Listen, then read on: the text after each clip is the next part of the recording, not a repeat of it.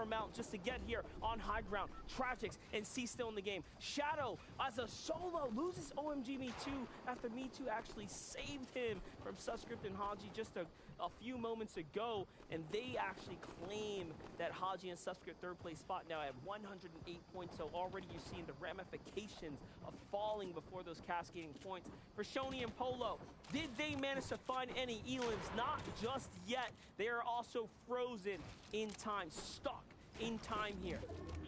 Plenty of builds, a slightly better situation here, but not a ton of utility. You can see looking to figure out what's around them. Players are going to pull past them as we're now into the full moving zones. 107 below and immediately replacing metal with wood. Never a good side. Only 10 below now, as you can see them starting to try and dole out where the minis are.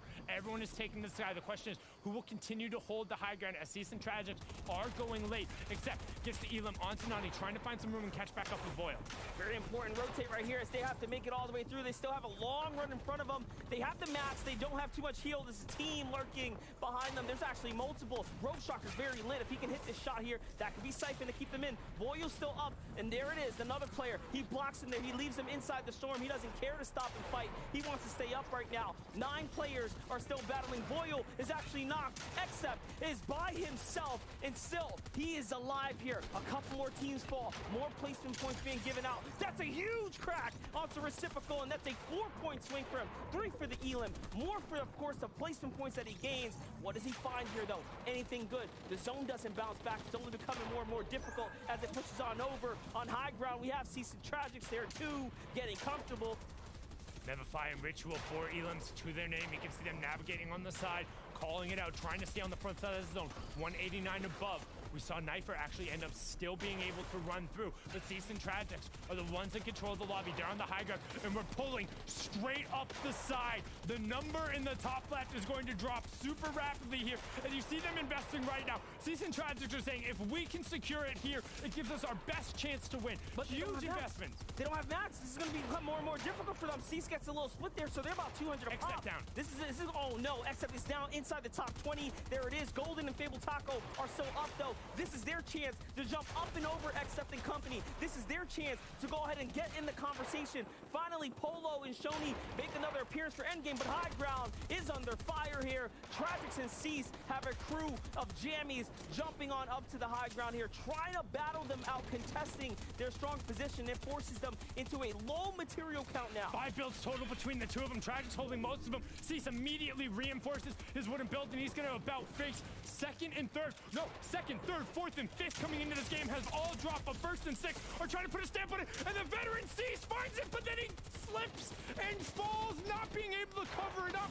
Tragics will have to do it, and as I say that, Jamie takes him out, and another veteran standing tall at the top, Creo and Vert just above launchpad height. This is a team that is extremely experienced as well. Vert and Creo in the final moment snatch up this high ground, looking to reinforce it. There it is. It's connected. It isn't going anywhere. Back Our up the hill. ground teams will have to fight their way on up. Other teams that can do something big here that are still earning points. Polo, Capala, and Shoney. Shoney is still in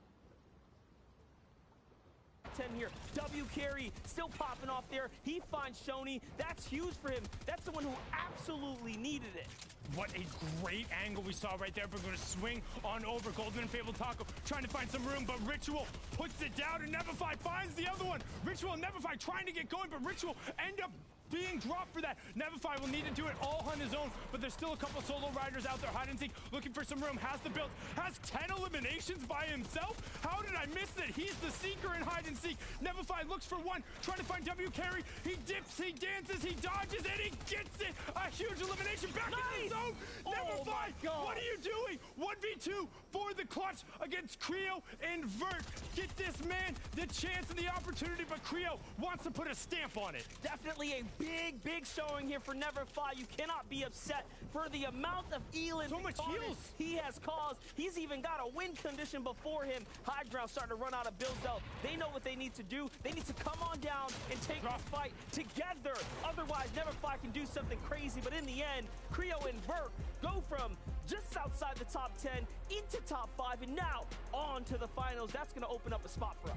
That's just massive from Creo and Vert, and we saw for the second time today, Monster. High Ground was in control from a duo. A slight contest comes up, and they slip and they fall. And who is able to grab the advantage? Yet another veteran presence. Congratulations, 33 Vert, Creo. We'll see you in the finals. Vert winning performance right there. Talk about timing and honestly taking advantage of the situation that presented them. They saw Cease and Tragedies get pushed on high ground. They saw Jammies looking hurt there, and they just sniped it. They didn't waste any time, and that's the opportunities that'll send you to final. And they didn't try to go to the front. They went right up on the backside where it was already established to minimize the amount of mats. But two other huge stories there, Nevify, and then whatever hide and seek was doing. We missed a bunch of it, but who didn't? We're gonna throw it on over. Gentlemen, take it away. Consider it caught. Thank you very much, Sundown. Do you know what? That was that was pretty special. I think Cease and Tragics there on the high ground. We saw Cease armoring up, making sure he reinforces their base. We suddenly see him go down to full damage. Then come through Creo and Vert. They solidify their place in finals next weekend. And this is going to shape the leaderboard up because, as the guys said, a lot of the big teams in the top half going down early. SBG, I mean, what can we say about Creo and Vert? We talk about them so much over the weekend. Finally, they're in. Yes, another team deserving of moving forward, and the beautiful height take late in the game. A lot of teams don't have the materials, but we see these refreshes here. This is late in the 7th zone. They're getting a couple of refreshes. It gave them the materials to then get to this position, and we're at 40 mats. Moving zone in 8th. That is a beautiful position to be in, and then hide and seek and Nevify, they just clear out the rest of the lobby here. Yeah, and that's pretty much why it was so easy for Vert and Creo, right? Like Nevify and hide and seek just clearing everybody out. Like, listen, you guys got it up there, but you know, Cease and Tragic, again, great to see them on the high ground, but ultimately just not enough mats, and great on Creo and Vert to kind of have that awareness, be like, oh, listen, they don't have any mats up here. We just got these refreshes. Let's go for it. Works out. Finals. Yeah, indeed it is. I mean, we've seen a lot of team as well start to push through now, like Cease and Tragic, despite the fact they didn't manage to go to that far. They managed to still get all those points from getting there into the top half. So we have a leaderboard here now as well. Let's take a look. It has indeed changed considerably from the top 6 teams going through after this game on this leaderboard qualify for finals. Vivid, walk us through here. We can see the Capulet boys again continuing this amazing work, and at the top still after game 5. Yeah, actually increasing the gap here, 16-point lead, but look at this. 4th place, 109. 5th and 6th tied with 108. It is so close right there. Adam, Shadow and OMG, me too, right there. They're doing some good games, but Cease and Tragic going up 4 positions right there with that performance that we just saw. Yeah, and right now I'm looking at 8 and 9. We saw hide and seek just slay out. They have 42 placement points and 20 elims. He had 11 that last game, finished in 3rd. That is 26 points for placement, plus the 33 elim points. That is in over a 50-point game. They have over 100 now. Right below them, Nevify and Rituals. Again, another team, 9 eliminations, the 2nd place. That's 28 placement points, plus all the eliminations. I mean, look at this. This guy is going crazy right now. They had more. Okay, oh my goodness. Nets had 2. So that is a massive game. They went from not in contention for this consistency to now all of a sudden we have to watch out for this team at top 6. What does this do for a team, Vivid, as well? When you have a moment like this, like hide and seek, double-digit eliminations, game 5, semifinals, day 3. I mean, this is like a perfect scenario. If you're going to give yourself any chance, some wind in your sails going into the last game, that is exactly how you do it. Listen, they're in 8th place right now. If you look just right next to that number, they went up 25 positions. We were just talking about it last game. I was just like, listen, if you're not kind of up in that top 10 area, you should start looking for those victory royales. These guys are like, no, we're just going to look for eliminations, and it works out. Now they're all the way up here, very, very close, only 6 points behind 6th place. But listen, Adam, SBG, we only got 1 game left. So I think now, if you're not up here in this top 10, for sure, you got to go for the victory royale. Look at how close that is. Look at the leaderboard. 138, 122, 113, 109, 108, 108. It just continues. Everyone is right there. The only team that looks safe to me is Capalot and maybe Fable Taco and Golden. Maybe. I don't even know that that's for sure because 122 was not enough yesterday or the day before if we played a 6th game. We can also see as well, 11th position there, Blake and Lawrence. We watched them earlier on. He's coming second right place. there. They're right there as well, 98 points. But look as well, 96 points into it. This is how tight this region is. This is why it's such a special place, is because it's constantly they're showing us that the caliber in this particular region is everything. It's so good. There are so many big players coming through, so many old school players as well. It's just fantastic. Of course, as you said as well, it is setting the scene for us here because we do have that one game left. Now, there's one team who will go through via Victory Royale. The 6 teams left on the leaderboard at the end of this, in that top 6, will be progressing through in that capacity as well. So we are looking at this is officially the last chance now. SBG, the teams in the top half of the table, how are you going to play this one? Do you play it? Do you try and just remain getting it to the end game for those placement points? Is that what's key here? Or is it all about elimination? I mean, how do you work this? We saw so many teams are close. It's essentially 8 zone or bust for everybody. And if you're not within that, even top 15, you have to play for the Victory Royale, and those teams are going to have to go for it, Vivid. Yeah, listen, last game of the day. Expect to see a lot going on throughout these movie zones. A lot of teams going for the high ground, probably investing their launch pads to kind of just full send, go for it. One last chance. Yeah, indeed. We're going to see a lot of teams in the bottom half of the table as well who are going to try and go for broke here, undoubtedly, and try and get that Victory Royale. This is it. We've had 3 days of semi-finals, and this last game, one Victory Royale winner will go through. The 6 top teams at the end of this will also progress to finals, and we'll have our fantastic 50. It is over to Sundown at MDF for the last time here in semi-finals. Let's do it. It's all about now. It's game 6. It's go time, baby. Come on. Thank you so much. And ladies and gentlemen, boys and girls, Jonesies, Bonesies, he, she's, theys, thems, and everyone in between, comes down to this. One more game, one more Victory Royale, and then 7 duos total. We're wide margin that we've managed to set ourselves up here. We have not really seen too many semifinals where you have 16 teams in the conversation. That just shows how competitive it has been. Let's get into game number 6, guys. Here we go. Let's go.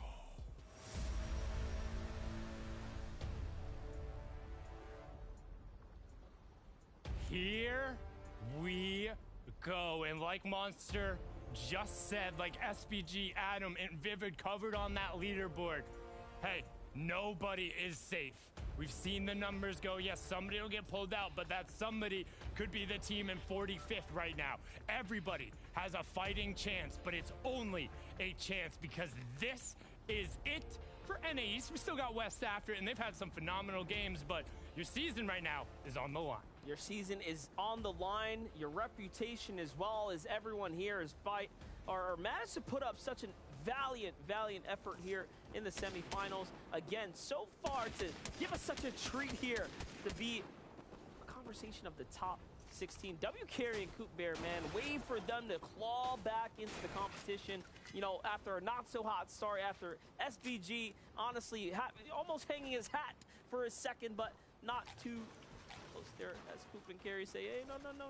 We're here. We're going to continue to play this one out.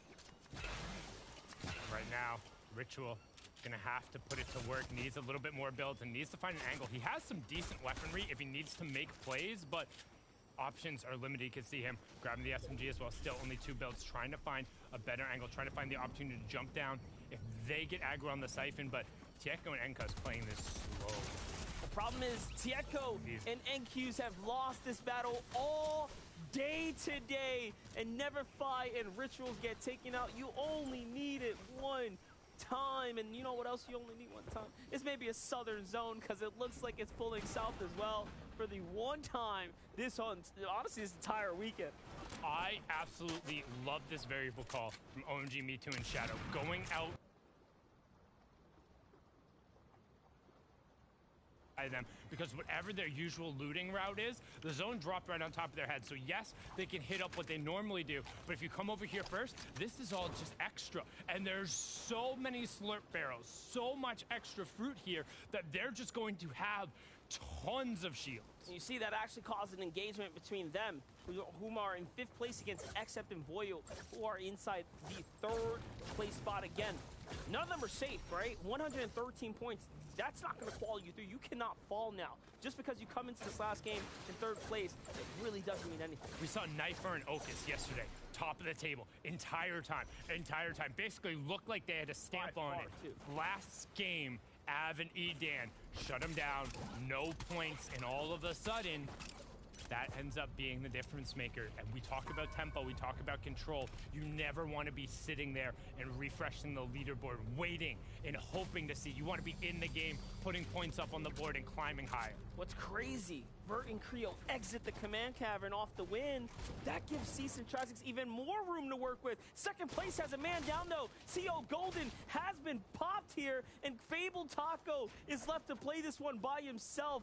What happened? What unfolded as Fabled Taco now has the pressure on his back here to actually claw back in, save his teammate? Ignore the hot sauce we saw earlier with Fabled Taco slipping from the high ground. Right now, this man has just ingested a whole bunch of Diablo as the pressure has been ratcheted up. It's past the 10, might as well be a 12. Not sure what the Scoville is, but man, if I'm on 122 and I got to do this as a solo from barely even first zone reveal, that's a tough question to ask of somebody. It's very scary. One of the most important things he's going to have to figure out and micromanage is Storm Surge tags. He needs to do damage. When you are by yourself, most teams will turn and focus you. When you have 16 teams in the conversation for a #1 spot inside that top 6, they will focus on you, and that means more than half of the lobby, close to that amount of players, are ready to battle you at any time. And he is the only solo rider up right now. Everyone else still has a buddy. So we talked about how tight the top of that leaderboard was. If you're paying attention in the top left corner and you're any one of those teams in the top 16 and you see Golden taken out, all of a sudden you're like, hey, we got a little bit of room, we got a little bit of daylight. Maybe the top 1 and 2 are guaranteed. Well, that maybe is taken out. Now it's just Polo and Shonyi, who with a couple points could push themselves through. Blake and Lawrence had that heart-wrenching, heartbreaking 2nd place game, but they have not let that stop them from fighting. They're starting to get their loot together, but Drizzle's going to slide on up. This is going to be one of the more important fights right now as our #9 currently placed team is getting pushed on. And one thing to note in particular is all of the space around here. These aren't fights you would normally take, but the reason this has become a power position, there's 3 rifts that naturally spawn here. And if the zone goes anywhere from here, as long as you have full control over those, it's a guaranteed rotation without you having to burn anything. So that's where you're seeing players start to try and trickle in. The problem is Lawrence and Blake already own this very handily. You're not pushing into full built metal up a hill. Sorry, it's not going to happen. Yeah, definitely not. That little surprise attack from whatever duo that was trying to sneak around the side there has just been bursted. So plans up, the jig is up. Time to find something new to do. Hide and seek and nets here on the other side. We're just holding on to 7th.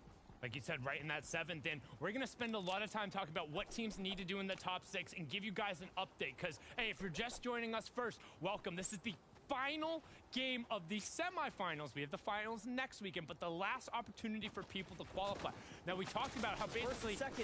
First and second ignore me, right first and now. second fighting. This is a big fight here. Shoney and Polo have found Fabled Taco out as a solo, and we just talked about this. Any of our top 16 teams, if they see a solo, they will crash on you hard like a wave hitting the beach on a cold, cold night. And here it is. Polo and Shoney slide in. Look at the piece control. He looks clean. Fabled Taco has played an excellent game today, but your tournament is over. Will it hold up is the real question. Fabled Taco now has to sit at the edge of his seat for the next 21 minutes and see what happens. And he's going to put his hands together like Zeke does and hope it's enough. But this honestly makes the point I was going to make even better. So thanks, gentlemen, for closing that one out. As we look at that top 16, we're going to note every time one of those teams goes down. So far, second place out at the hands of first place, really putting a stamp on it, saying, go catch us. Outside of that, Nevify and Ritual, who we saw charging up the leaderboard, they got taken down off of the rip. Outside of that, the only other team who is in touching distance of a top 6 spot got taken down, Convicted and Boxer, who've had those polarizing games. And unfortunately, this wasn't a good one. But now you see third place going right past 5th. You have to be very careful here. Luckily, Shadow is not poising himself out in that general direction. He was looking off to the side, and he actually misses the third place of Voyo and Except slip on by, and they must have been holding their breath. And look at this. They're starting to look back towards him, saying, yeah, poke your head on up. Let's see what you can, see what we can get for this, right? Some big tags potentially could happen there. But again, as this starts to all settle down now, Vivid, please catch us up. Just wanted to give you guys a quick update on how some of these teams are doing. First, let's look at Voyo and Except. They're going to be picking up a supply drop, which nets them that launch pad you can see in that trap slot. Also, Tragics and Seas have a launch pad themselves, and then also OMG Me Too and Shadow as well. Listen, as we near towards this end game, these launch pads are going to be a pivotal part in how these teams pick up some more points. And crazy enough, all of these teams are actually in the top 6 right now. So we'll see what happens. Excellent breakdown, Vivid, on a very important team. I had to drag Sundown out of that shot for a second there, because we need to get back into the action, Sundown. I admit, I got caught loading in. You saw the T-pose had to happen at least once, but Vivid sets the stage better than anybody else. I mean, he's been in these high-pressure situations, and just looking at it, Except in Boyle now, this is kind of I don't want to say necessarily unknown territory, right?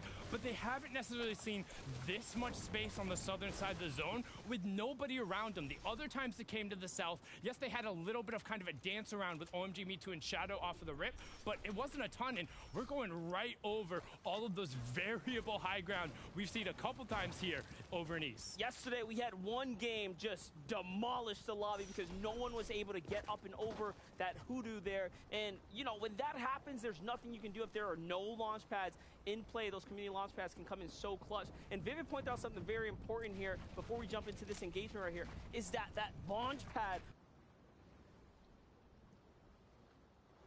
that seem to have had some this game. And you can see bottom right-hand corner what I talked about, the late command cavern turns. Seas and Tragics aren't covering their back, and as I say that, they immediately do because teams are rotating late. There's a team back behind them who's going to have a line on them, and you see about face, they find it immediately. Oh. And great shots from Tragics. What a reaction. Such a clean turn and burn, hits the headshot as well. That's much welcome surge tags that will surely become active. This team knows that they're going to need some fights here soon too, and they start to engage up, they ramp up, they poise up, they say, hey man, what do you want to do here? We're willing to trade some shots, but no, Cease and Tragics have too much riding on the line right now. They start to rotate across. Greasy Grove completely empty, so they were not going to have a single problem getting down to those southern parts. Rogue Shark and Night, though, these are teams that need a win. They need a win here to punch their way on in. At the Vets of Night and Rogue Shark, the duos that were once at the top, we know want to go to finals this weekend. I mean, they're going to need to pull it out the hat right now. Pull it out of the hat, not looking for a white rabbit. Instead, take it to the finals, straight into the box, but not finding the shot with that auto shock, and the ramp replace in his face, gets into the box, only takes a 40 tag, and a great disengage backwards and up a level. That doesn't work out for him just a little bit there. For a second, it looked like it might have been a wraps, but no, the heels come off, the reset happens again. They jump right back in, and Knight is just willing to barrel his way into these boxes. Rogue Shark saying, no, no, no, I'll play back, I'll follow up, I'll hit the shots, and there goes the knock. On to the races they go, into the box here as well, and it's only a matter of time. It should be here before this player goes down. G5 still running though. Hey man, he's hurt, but he's still in it. Yeah, T just trying to put distance away, burn through as many of his materials as possible, make this difficult and just stall it out. Because as you can see, Rogue Shark and Knight, they are way above the Storm Surge threshold. They're not worried about that. They're worried about points in the rotation, but points don't matter here for them. They're not going to push themselves into the top 6. They just want to make sure T can't be annoying and ruin their game like that. Yeah, definitely. Now that they have enough tags, honestly, all they have to do is coast, play smart, get good positioning, open up yourself in distance between these opponents. G5RC gets, and at least it gives them some moment to relax, right, as they get this rotate here to the new zone. Yeah, and I mean, letting the Storm do the work, recognizing that they put the damage down, but as we close in on the Storm Surge, it's going to turn on here in a minute. They're only 7 above. Now, if you're unfamiliar with Storm Surge, the gist of it, 25 damage every 5 seconds to the teams who haven't tagged players enough, haven't hit opponents with guaranteed. It's going to turn on here in 45 seconds, and right now, they're below. You want to see above on the right-hand side, and the bigger the number, the better.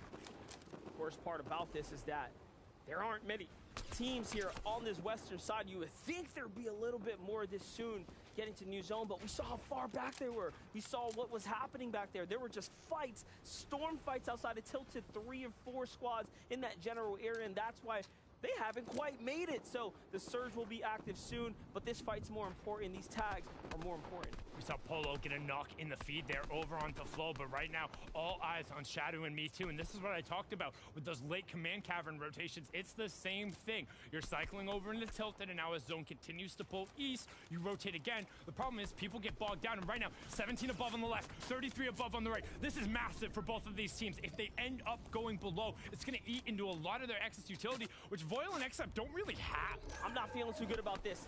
10 players have to go down. 27 below now. No, someone has managed to find some tags there and is now forced our third place team into this unique position here. Shots come in on top of the Storm Surge, and you can see how much it hurts. And no, Voyu tries to go for the trade. He has too much heals to be doing that, and it's going to cost him. Where was Except when you needed him? He was too far. They break it down. He ends up getting taken out, and we are watching what could be the slip away of a qualifying opportunity here from Except. He has to, and I mean has to get to these heals. Season Tragic's taken out as well. Voil under pressure now with Except trying to get back over to the loot, knowing that he needs the heals, the chug splashes, and maybe even the reboot card. There's a lot of room here. With Season Tragic's falling, he jumps back up above, so those were the teams that needed to go down. It is so unfortunate. They were that close. That means Season Tragics had to take a fight, and you know what else works even better? They were on their heels. You need those other top 10 teams to go down just in case you need to hold on for dear life to that number 3 spot. And we know even Fable Taco wants that as well. He wants his immediate competition out. He's around 120 or so as a duo. They were like there.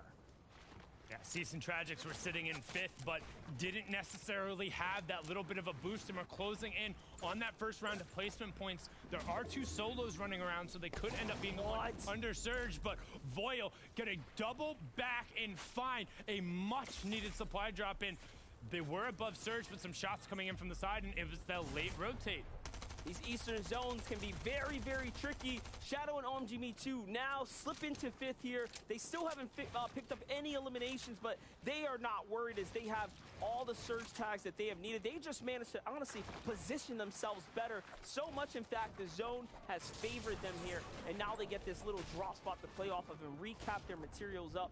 What a game we are watching, ladies and gentlemen. This is Game 6 of NA East, the last game of semifinals. It's been a long, grueling weekend of Fortnite competition here. With every win, a team moves on. With every day, consistent players get rewarded and sent to the finals. And here and now, we have that still on the line.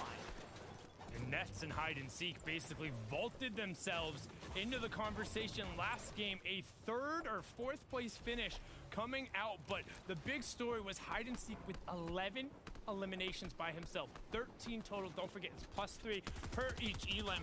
And now we're going to take a look at where the rest of the top 5, top 6 are. First placement point given out, 69 players, 35 duos, 1 solo rider, and he gets taken down. His possess gets cleaned out.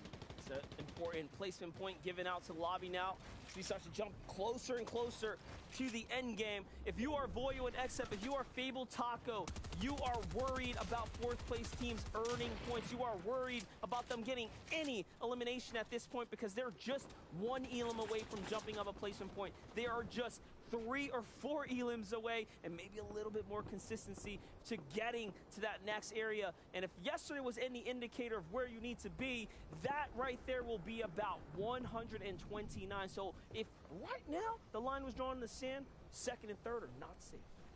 Yeah, and there's going to be plenty of points given over here, but also don't forget, any one of these top teams could grab a victory royale and open up the space. So there is a little bit more variability into what that line looks like because of the format we have here. But there's one thing we 100% know. Except has to find points. He has a solo. He's looking around. He sees players in boxes. He's thinking, can I tag them? Should I tag them? It'll reveal my spot. He even has 2 launch pads, so he definitely will have big decisions to make here. Do you waste it just to get to the zone, or do you hold out to play for endgame and just clutch it? In the end, for Paper and Tahi, they need to do a little bit more. They have a lot more digging to continue to make here, because they're in 7th. They don't have any elims. They have some tags, but they need more. Shoney and Kapla are going to get taken out there. Not before, of course, trading out for an elim, so that's going to be a little bit more points for them.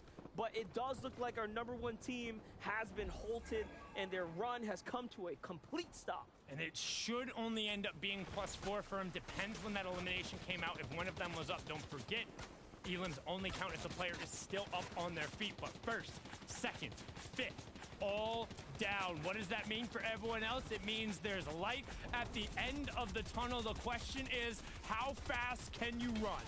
Will you get there? Will you get there? Will Lawrence get there? Will Blake get there?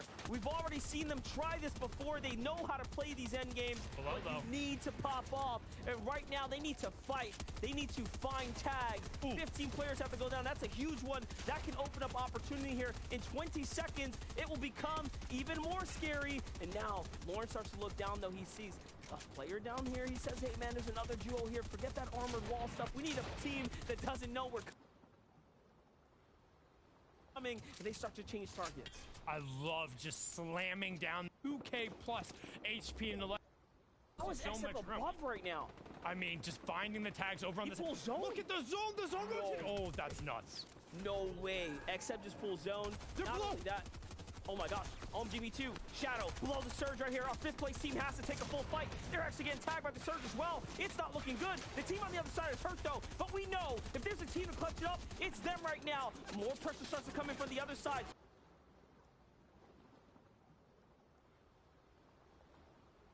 OMG Me Too says, hey, we need to take this. These are our builds. A very dangerous jump in, and they get taken out. 109, and they go down in 5th place.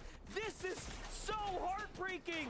That will be such a difficult placement to hold and maintain here. Almost looks impossible. We talked about how the entirety of the top of the table was open. Well, you might as well have just grabbed that table firmly in 2 hands and flip it.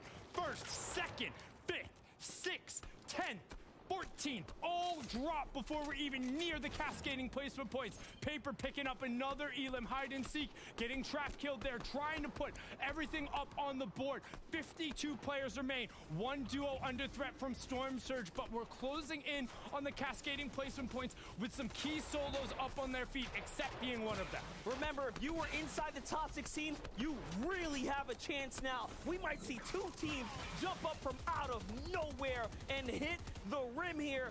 We will see if they can do it. Right now, Hide and Seek and Nets have one of the best chances and right in front of them. to do that. Haji and Susker in front of them. Will 4th place get taken out right now? There is no way. These guys don't have shields. It is not looking good. They're hurt. Storm is behind them. It ticks for about 7 right now, so that is nothing you want to be a part of. Hide and Seek here. Nets are feeling good about this one. They might actually commit. Those are wood walls. There's every sign right now to take this fight and take out this team, but no, the brick comes down. It might have been a fake, but it's enough to buy them time, and now the zone pulls south. Far south pole, we're also going directly over one of those obnoxious hoodoos that the players cannot build up the underside. If you're on the high ground, you're great. If you're on the low ground, you better think about investing a launch pad right now, because things are going to get weird here as the zone begins to move. There's the timer, 1 minute to make it, and straight to the sky. Av and Eden, Danny and Clue looking for it, but that's what I'm talking about.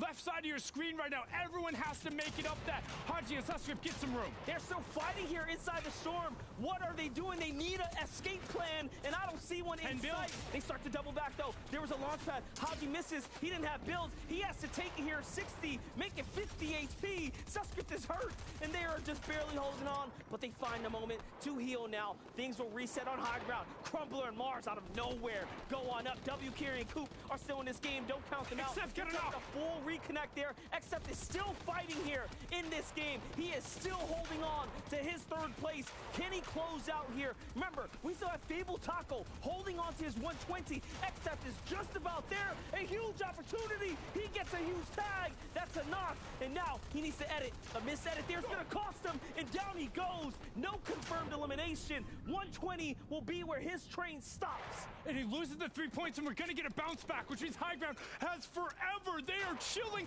but everyone else has to go back up and over again. Suscript is taken down, but Haji finds Coop Bear. That's W carrying him, who are so close. Haji trying to put the individual stamp on it, looking for room. Hide and Seek trying to do the same. He had an amazing 11 elimination game, but he's running thin. 4 builds, a shield keg, and just barely a glimmer of hope. This is so important. If Hide and Seek gets taken out now, I mean, Voyo and XF might be able to hold on, but no, he ends up getting just enough placement points to jump over, and now, just like that, that spot's on the line. They might just be in 6. W Carry is alive here, from 0 to hero, all the way back on up into the conversation he goes. Only a single elim, but that is enough. Crumbler and Mars are still alive right now, looking to claw their way to some points. Hide and Seek, well, one of the biggest elims of the day. He gets a little bit more points, but I don't know if that will be enough. And now, W Carry has the world in front of him. And it was right Haji who took down Hide and Seek. Haji took down Hide and Seek, who's right on top of him. And Haji puts himself up in a second, trying to find some room. He hits the med miss, but he can't stall. He can't jump. Tries to find the room with the build, the mantle, and he just barely gets in. 4 HP, but so far 2 more points coming through. 126, so he's pushed himself back up above. But there is so much daylight at the top. Somebody will take it away. And all the way at the top, Clue and Danny are going to the sky against Sinaruni. Sin just tries to W put Carry everything on down. the line. That's crazy. Carry falls there, and that was falling just around 5th or 6th, so it's becoming more and more closer for everyone else. AV's behind the wall. You don't want to fight them, not at all. And down he goes. Clue takes down. Oh, full They're out. damage. Danny and Clue all over there. AV and Edan have a real chance here. They have been gifted high ground for free, but they do not have material. One of our teams outside the bubble will be taking home this victory royale. 6 teams from consistency will be hoping they did enough to win this tournament, to make it on through. Crumbler is still fighting here. Mars is still fighting here. They have done enough to go to finals. This will continue to solidify that process right there. But Jock, he needs a win. He needs to dig deep. It's all on the line here. There's still lots of points on the table, though, as we see here. Hey, 5th place, 117. Honestly, right now, if I'm Fable Taco and Golden, I'm smiling Oh my because everyone God. is dropping, and Crumble is doing just enough, pushes himself up to 119. Jock gets taken down. That's another one of the top 7 ripped away, and Edan and Av are looking to secure it with the VR. Crumbler, though, now in 120. He has managed to fight his way this far. He's not going to give up yet, not without a fight. High ground does not have any material. That is it. They have to use the mansling mechanic to climb their way up. They have to think long and hard here, get innovative, because they've never been in a position like this. They have never had an uphill battle like this before, but luckily, there's climbing in Fortnite now, and they're up here. They're cruising. They're working their way through, but A-Red comes up. He puts it all on the line, and it's over. Just like that, AV Edan will go to finals off of a victory. And honestly, with the way they game planned, the way they were able to really exert control over Command Cavern, I'm thrilled to see them in the finals because it's going to make the dynamic of that POI just so incredibly interesting. But Monster, could we have asked for a more frenetic, hectic, just absolute slobber knocker of a Game 6? Not at all. That was an incredible Game 6. One way to close out a semifinals just like that. Congratulations to Edan and AV. We'll be seeing you guys in the finals. AV has been such an important part of this scene for so long. He's been competing since the earliest days. I mean, he was young when he started playing Fortnite. He's starting to grow into himself now, and it's great to see him make another finals. And I mean, they were able to put in so much effort, the control going out through high ground, and it can't be understated. When everything is on the line, they could not place top 6. They had to win, and they closed it out and did it as a duo. Way to clutch up when it mattered most, guys. That was such an explosive game, but our top 6 is still a flag in the wind. We don't know who's gonna take it, so guys, enlighten us. Indeed, a rip-roaring roller coaster ride. I'm all about the alliteration, and that delivered the goods. What a Game 6 here on NAE. We wanted to see drama. We got it. Vivid. I mean, fair play to our winning duo there. We wanted to see a team come through. They've qualified for finals. But the leaderboard, as Sundown and MDF mentioned there, so many teams going down so early in that top 10, it is going to really throw this whole thing out of whack. Yeah, big question mark on the leaderboard. We have no idea what's going to happen. The only non-question mark topic here is AV and Eden making it through to the finals. They were in like 20th place on the leaderboard, it looked like, as we were going into that end game. So to clutch up here, find the victory route. And honestly, this was all in the back foot of recognizing that there was a team just building up. I mean, like, they were up there, SBG. They had no mats left. They ended up falling down. AV and Eden were just like, oh, we'll take that. Yeah, a gift. And they loved it. They took care of that gift and brought it all the way home for that victory royale. I mean, how often can you win a game from high ground and take high ground with zero materials? Like, what just happened there? Not even just this game, but I mean, what? We're seeing it all, aren't we? I mean, that's the great thing about this competition. We kind of see so many different ways, different strats, different outcomes in FNCS particularly, but this one was something that we weren't expecting, and I think that's the great thing is, as you said, the leaderboard here we're going to go through as a team together in a second, but these are the last teams now qualifying, going through to the next round. We saw Except there trying to solo clutch. We saw some of our favorites who we thought were going to go all the way just fall of the wayside there, Vivid. Yeah. Who knew this was going to happen in Game 6? I mean, Hazy and Susscript here in the end, you can see right now in 4th position, but there was 21 teams left, so they have 116 points right now in this highlight. Big question mark, though, whether they are actually going to get enough points to solidify that top 6. But as you mentioned, Boyo next up going down early. OMG Me Too, Shadow. Big question mark there as well. Season Tragics were coming in top 6. They went down early, so could work out in their favor. Yeah, and Sundown put it perfectly. He was like 1st, 2nd, 3rd, 5th, 6th. It was like literally everyone had fallen. And then we checked out the leaderboard before this game. We knew how close it was going into that match. And now we saw it all play out perfectly for anyone to shoot up the leaderboard or maybe somehow potentially stay within that top 6. It was absolute perfection. C'est magnifique. Let's head over to Sundown and MDF to run us through all the teams that qualified through Victory Royales today. Boys, what a day it's been. I mean, it was just such a fantastic day. And again, when all the pressure is on, my eyes immediately go through. But we're actually going to take a look at the standings. We'll see what that top 6 looks like. And like I said, hey, I guess the Z-Cans worked. Fabled, Taco, and Golden hold on. Boyle and Accept hold on. And I mean, what a chance. Just incredible. I cannot believe Voyo and Accept did enough in the end. That hero effort from Accept. Hats off to you, my friend. That was incredible. What a play that was. Of course, though, we have winners from today, 6 in fact. And look at that. I mean, Sundown's taken from the top.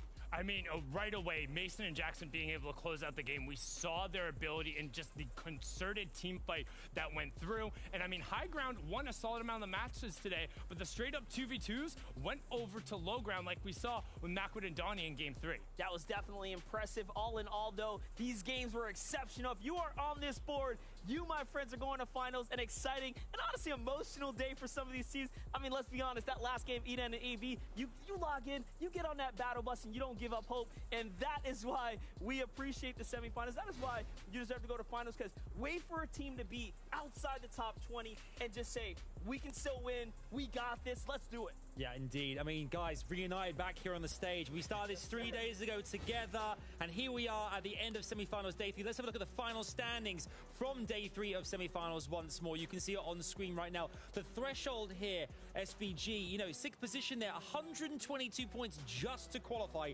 through the leaderboard. That is an enormous amount of points. Fabled, Taco, and Golden had to be sitting on the edge of their seats that entire game. They fall early at 122 points, and they're like, oh no, I didn't think I did enough, and W Carry and Coop were coming up strong, trying to grab those last few points. It was impressive, but this entire leaderboard is all over the place. I have no idea how this was going to turn out. One more elimination from W Carry in that solo clutch would have been +3 and +1, and it would have given them the tiebreaker on average elims. So when you talk about Fable, Taco, and Golden sitting there and having all the pressure on them, and we talk about every moment mattering, that's W Carry hitting one more shot. It doesn't get better than that. And then you see like how close the other standings are. Like how rare of a situation you are in second place, you fall and you really think, am I gonna make it right now? Like, this is wild. Absolutely wild. We saw there as well. Your picks, SPG, for the last couple of days there. 7th and 8th position today. So close. But hey, it happens. These things happen. We saw so many great things happen today. Let's have a look at the teams that have officially qualified for FNCS NAE Finals next weekend. Here they are on stage right now. Vivid. There are so many exciting teams here. It is going to be one amazing weekend. Oh man, finally next weekend we're going to see all of these players come together, all of the great plays we've seen through 3 qualifiers, 3 sessions of this semifinals format. Finally, all of it coming together. We got the likes of Booga, Miro, previous FNCS winners. Kanad is going to be in the mix. Obviously, all the teams coming through today. Voyo and Xset. We got Crumbler and Mars. Great performance out of them today, too. Donnie and Macwood, right? We're going to see them sending some high grounds in the finals for sure. I mean, we saw as well here, you know, we talked about Mira and Booga and the likes of Canada. This competition began with Qualifier 1 a few weeks ago now. This has been a long, it's been an adventure. And here we finally are, MDF. And we got have there. to keep secrets. We have to reveal the stage. Yeah, There's so much look at that this. went into this. And we finally, you know, just, let it off our shoulders. We get to enjoy this moment. Our predictions, though, I had a pretty good 2 days. I'm proud of myself for my picks. At least somebody. Boy, you did good. You managed to punch through. I can't believe they did it, Adam. I can't either. I mean, let's go through the predictions here. OMG Me Too and Shadow, amazing day. The final couple of games did kind of let them down. They couldn't quite go through, but 9th position today, I think. Vivid, I mean, Knife and Okis, not the greatest day, but yesterday was fantastic.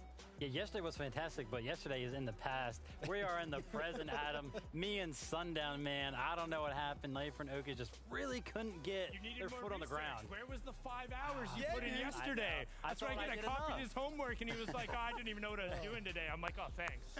Already handed it in. Next time we know, 5 hours at least, Vivid, of homework. Man. That is what we need to do. MDF, good day for you today again. Like, that's back to back now. You done good, my man. Yeah, you know, it was pretty clear, right? We saw the difference yesterday. Voyo and Xset managed to play so well, and then I saw Yuz and Casker decide, hey, you know what? We're gonna slide out of here. Let's go take this drop spot. And I knew at that moment, you know what? If they play good contested, imagine what happens when they have the whole drop spot to themselves. Those 3 or so Eastern zones though were scary. Yeah. OMG Me Too and Shadow rotating into them, watching those clashes. I was holding my breath, and I mean, for a second there, it could have all ended, and it almost did. But Xset, I mean, I gotta say it again. He played incredible. Yeah.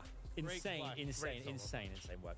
That is it, guys. That is it. The curtain comes down on the semi-finals here. We officially have our fabulous 50 duos going through to FNCS Finals NAE next week, and it is going to be an incredible couple of days. You do not want to miss it. We will all be here bringing you all the action from right back here on the stage. It's going to be fantastic. NA West is coming your way next.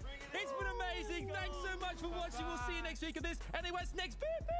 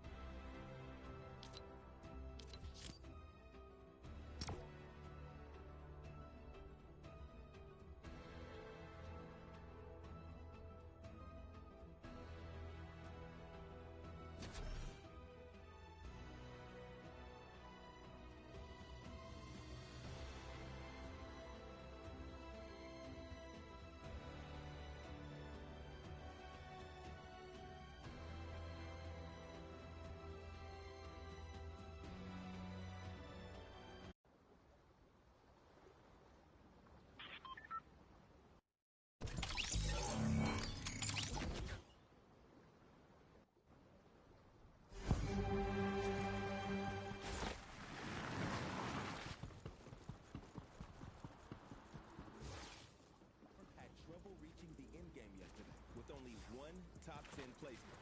They'll undoubtedly spice it up today to try and secure their spot amongst the best of the West. Doritos and Kytrex should be a shoe-in for finals, but it seems like they will be contested off spawn today in Camp Cuddle. The congestion there will be the first of many hurdles they have to overcome to make it into finals. Everything comes down to this. The bus to finals is almost full. Who will advance?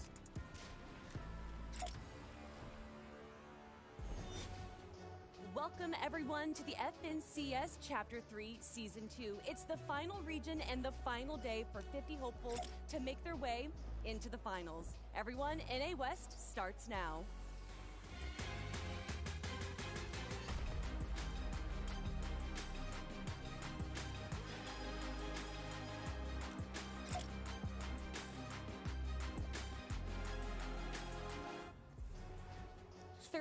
Of the best teams have already made their way into the finals next week, but now we have 6 more games and 12 more teams that will be joining them for the NA West finals. Guys, I'm your host, Hello Kelly Link, and I am so excited to be here because it's the last day of semifinals. Everything has led up to this. And of course, I can't be doing this all alone on this big, beautiful stage. So why don't I bring out our 2 analysts, everyone? It's Panda and Clay. How you doing, Kelly? After what we got to see yesterday of Snacky and Fabs, I am still just riding on that high. Clay, what about you? Oh my gosh, it was such an amazing game there. Kind of set the pace for the rest of the games, Panda, so I'm excited. Yeah, look, I'm super excited too. So many incredible teams still left to qualify. One of those being Cadenax 40R Storm. They could be missing their first finals if they don't clutch up today. Well, you can't forget about Trashy and EXC. Every time they grabbed height, they were able to hold it for so long, and then in the last moments, losing it, getting a second, a third, and a 5th place, and also almost qualifying through placement points, but missing a game. If they got all 6 games, we know that they would have been there, but maybe today is going to be their day. And speaking of days, let's actually take a quick look at our schedule because maybe you guys are just joining us for the first time and you're not exactly sure how things are run here. Well, we've already had our 3 qualifiers. That's where 5 teams have moved forward into the finals. That's going to be next week. You don't have to worry about that right now because, Clay, we're here for the semifinals. It's been 3 days. Today is the last day. But of course, Panda, these teams are going to have to play the format accurately to make it into the finals. I mean, you're absolutely correct, Kelly. Now, here's the format, right? We've gone through the qualifiers. We've gone through the first 2 sessions of the semifinals, and now here it is, the final session. 6 matches will be played today, meaning that 6 teams will advance, also advance through consistency. So while it is important to get that VR, it is also very important to be consistent. But you may be wondering, how do I get points to be consistent? Well, Clay's got you covered. I do indeed. Let's take a look at our points. Victory Royale going to be that 1,000 points there. That's for that auto qualification. We're looking at the 28 points for 2nd place, all the way down to 35th for 1 point for 35th place there. And of course, each elim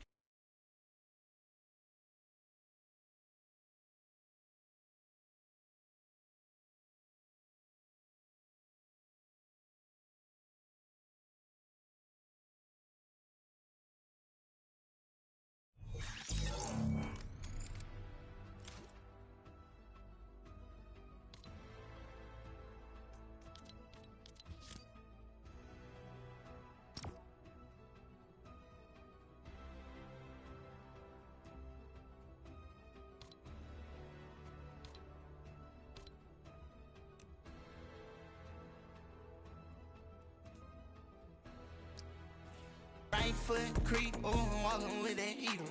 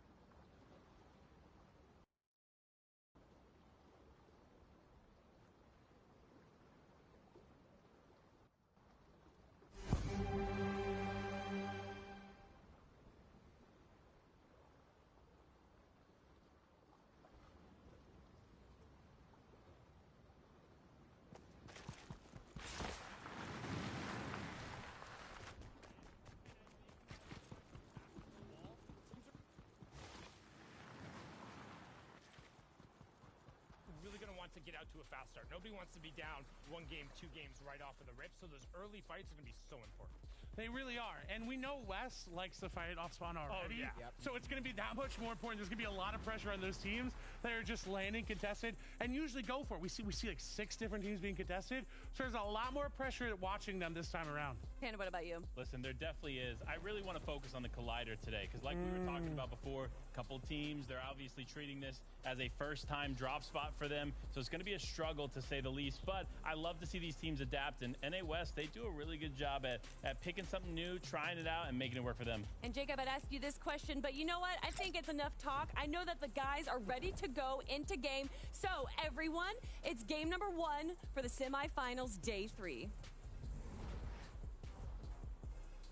Day number 1 like this, that's so much on the line. There's only 12 spots, 6 games to do it, and even if you find yourself in 50th place after 5 games, you still have equal chance. And we've seen the strategy through day 1 and day 2. You take that second layer right below height and you wait for the perfect moment to steal it away. Yeah, you wait for just the absolute, I mean, whatever you want to call it, the clown fiesta, everybody going up, the fracas, the hecticness that happens on high ground, because high ground has won games, but then you have other teams who just kind of buckle in and play for that top 6, but then that leaves the little bit of pressure there. And like we just saw on East, Av and Edan, they were nowhere, and they come out in the final game and win it. Yep, sometimes you just got to take where you're at on the leaderboard and really adapt on the fly. If you're at the top, in the top 10, top 6, you just can play your game plan as you practice. And as we practice, game number 1, the battle bus is ready. Let's get this show on the road.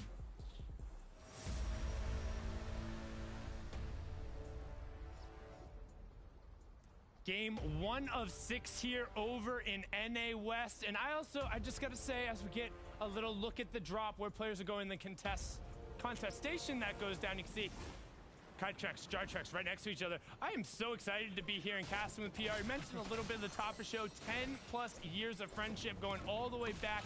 PR and the Funky Bunch, some other third-person game, but here we are casting Fortnite, man. Yeah, just that experience, that chemistry. I can already feel, if it's not the matches, we're just going to have such a great time today as Cypers landing over towards Camp Cuddle. This is something we've already seen them do along with Kytrex and Haritos, and we also see Kytrex and Haritos almost win games throughout the weekend already. They just kind of dropped down a little bit too early toward the end game. But I think with this adjustment, with these adaptations, they're not going to go for any off-spawn fights. They're not going to go ahead and put it all into one game right out of the gates. They're going to try to loot up, farm up, see where the zone goes, and then make their move from there. Yeah, particularly when you're looking at Camp Cuddle, a north-south split is very typical. There's a comfortable amount of loot there, but over at the Collider, you can already see a little bit of action going down. Player going to get cleaned up. That was Flame back over on the side, but Yumi doing a good job making sure he cleans up those barrels. He's trying to get an angle because him and Squishy are working towards the outside right now. Yeah, I already have one launch pad. Seen him spot out another one in the distance.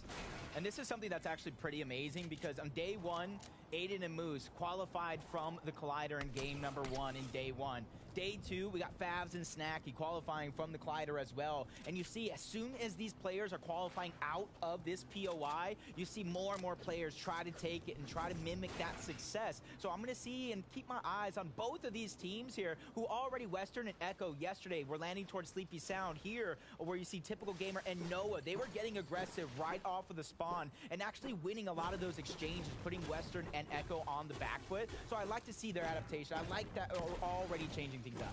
Hey, and really got to give a shout out to Typical Gamer and Noah W plays. I mean, somebody who you generally think of very big in the content world, but Typical Gamer plays in nearly everything competitive. He's been around forever. Some of his season and chapter launch YouTube streams are some of the biggest out there. And yet they're here playing for a spot, trying to make it through the finals. And you also can't discount the fact, I think Noah W has like 500-something crown wins on the season. He has the world record for the most crown wins right now, and that's nuts. He's trying to set another record. It may not be a world record, but a personal record. And you know, sometimes doing it for yourself, doing it for your loved ones, the people close to you at home is just enough fire underneath you to kind of really take it at the end of the day. And Defiable, Rich Homie Quinn, they got the fire of almost a great amount of the West region. Rich Homie Quinn, one of the most notable figures that we have here. He still needs to qualify though, but I will say during last season, it was during the last portion of the game where they really picked up the pace, got a little bit more aggressive, in which that was the reason why they qualified. Yeah, you can already see just stacking up on those chug splashes, trying to make sure he has the heals going out there. And I want to take a little bit of a break and talk about kind of doing it for your loved ones and all that. We are over in EU cast the NA West, which means it is the 23rd. Got to give a little shout out. Happy birthday, Mom. Wouldn't be here if it wasn't for you. So thank you so much for enabling me and allowing me to trace this crazy dream as these players are chasing a dream of making it to the finals and extending their FNCS season. How can they make this play? Great shots coming out from Squid. And with that, 2 great headshots. He's going to go and try to move up, finish this one off. He knows his teammate is close behind. But you see how honestly kind of tear the whole house down. Going to cause a little bit of a pause, a slowdown here in this exchange of Squid and Lizard, a little bit too separated for their own liking. They're going to get close together. It's going to cause a pause as they break out the claws, but I'm noticing what's going on in the bottom right-hand corner as you have duos passing by and one who's hawking on this fight where if they get bogged down, the line of sights here aren't necessarily great because there's a bunch of trees, but that chip damage is going to come in and you see them recognizing it. They want to get out of dodge here. And if you guys can't read, don't worry, I got you. That stat is actually impressive. This is the longest it has been before a team has been eliminated yet this weekend. That is just going to show the amount of pressure that is on these players with such few spots, with such few games in order to qualify here as Isu and Clone trying to get aggressive, trying to get the surge, possibly elimination if it really presents itself against Wukong and Josh, who honestly were having an impressive day yesterday as well. Yeah, trying to find a little bit of room here over on the side of Squid will get knocked in the feed there. You see that in the top left-hand corner. And we talked about right at the start how, hey, what did we expect from the pace? Hey, these teams like to fight off drop. Boy, were we wrong. Yep, already trying to get things shaken up. Even though another player did go down, still 50 full teams alive being put to the test here in West. The second region here in terms of reboots per game. EU is going to be first. NA East is going to be second, so honestly, that can go straight back to up to 100 here because of the amount of time that is also left on each reboot.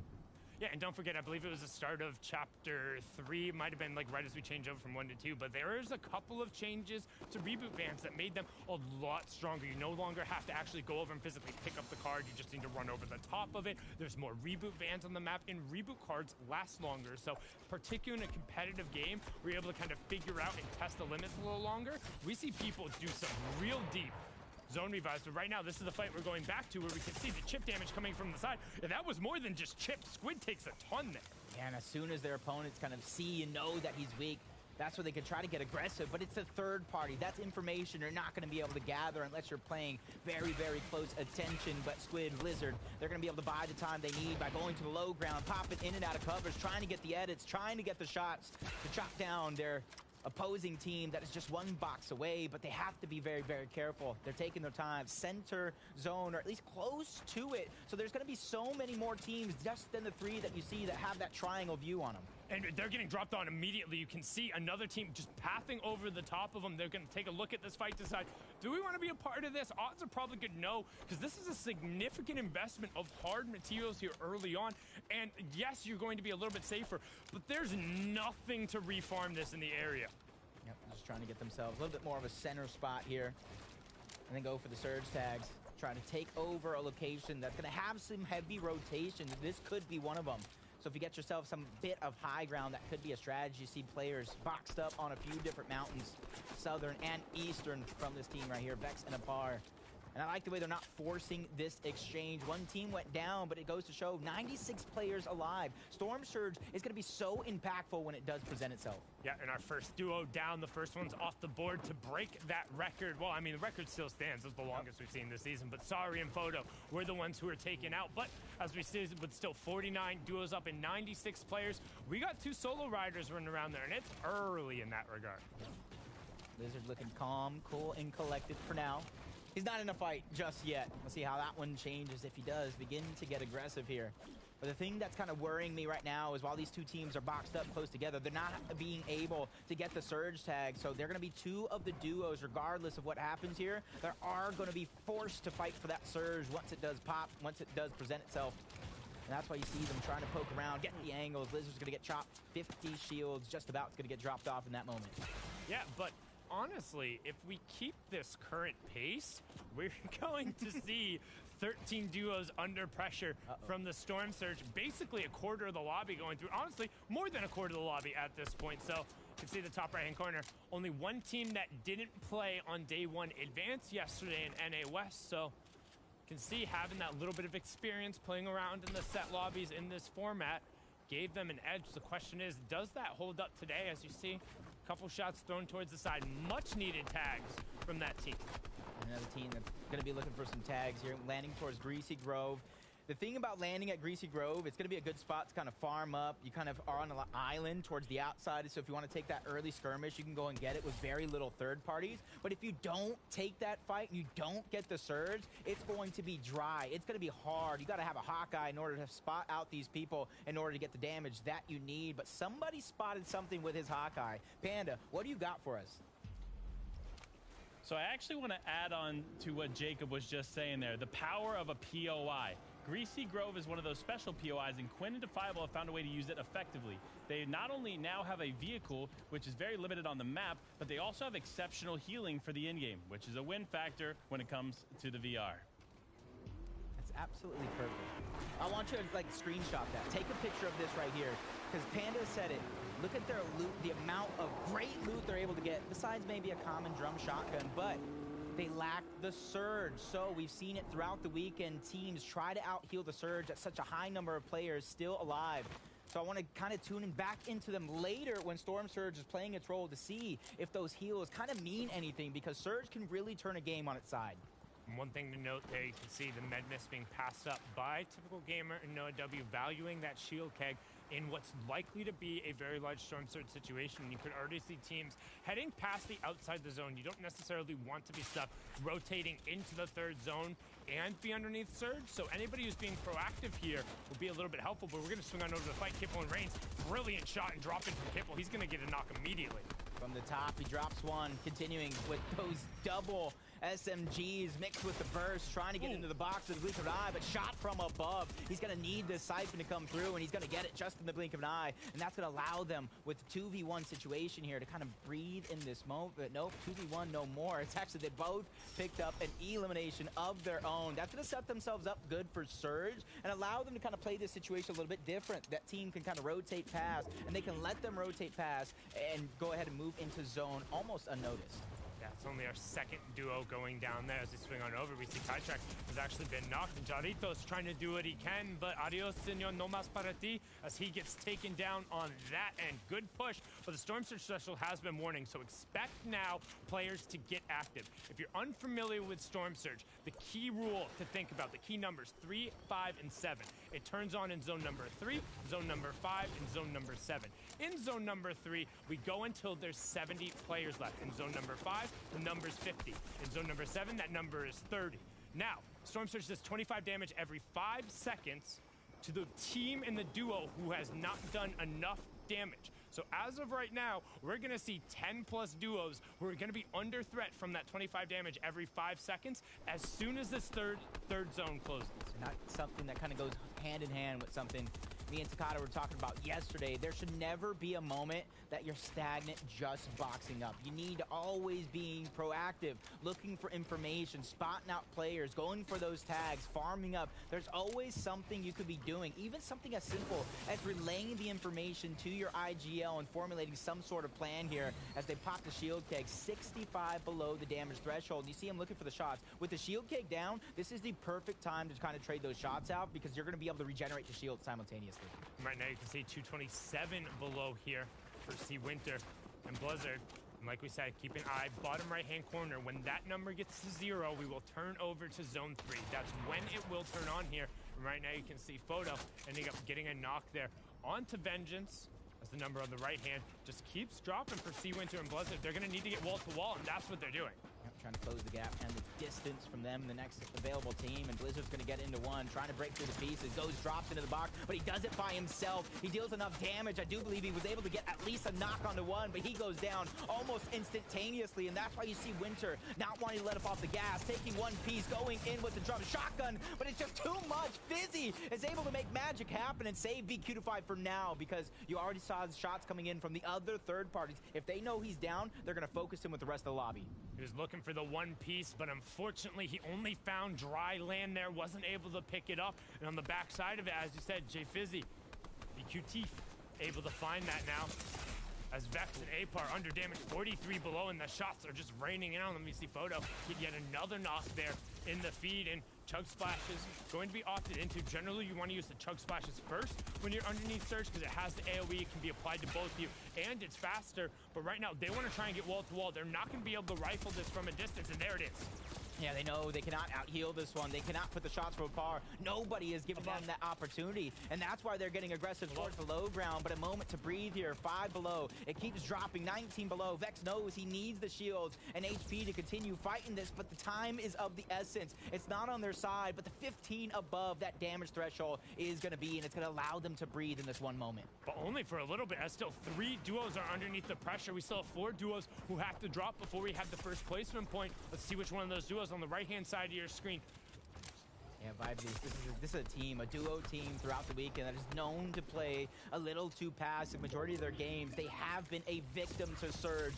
So they need to figure out a way to get the shots they need. On 128, that might look like a lot, but if you can get that striker burst and kind of get a couple of shots back to back, that will be good. But Storm Surge is just tearing them apart. It's pulling them into a blender, and they're continuously falling below, not finding the shots that they need, and it's almost looking like it's going to be too late, but only 3 below. They still need just a little bit more. They need to breathe on just one team, but Storm Surge, shots coming in. Vibesy has one chance, and it goes all out the window. He's trying to pop the mini. He's not going to be able to get it off, and they fall victim once more to Surge.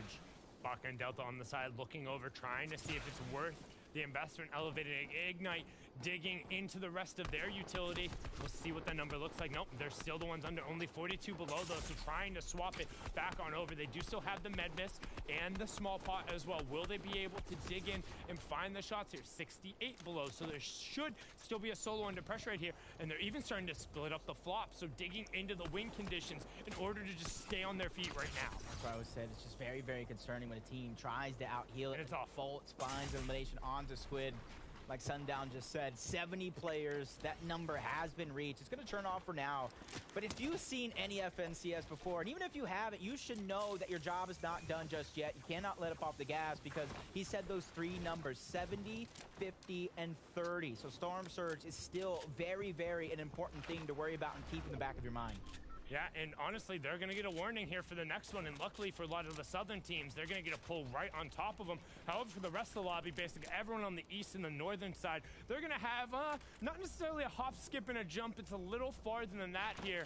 However, so many teams have been forced to really dig into the excess resources that we could see a little bit of a thinner mid-game here as we're going to swing on over to Photo and Sari, and Photo really putting in the work here.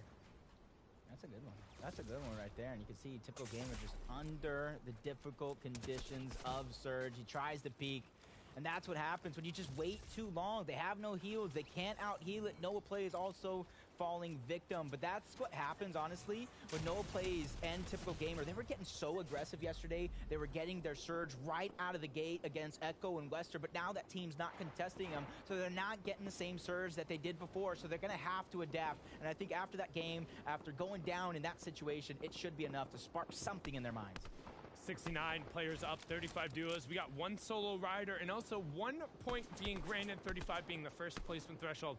Next one happens at 30, and then once we get in the top 25, each duo that drops is +1 till we're into the top 3. And of course, our winners go straight through to the finals. No need to pass go. We'll see you next weekend for your chance at that brand new Axe of Champions, all the clout, the FNCS title, and everything that comes along with it. But there's the warning we see on our right-hand side now. And I mean, similar to the first one, we got a lot of teams who need to drop.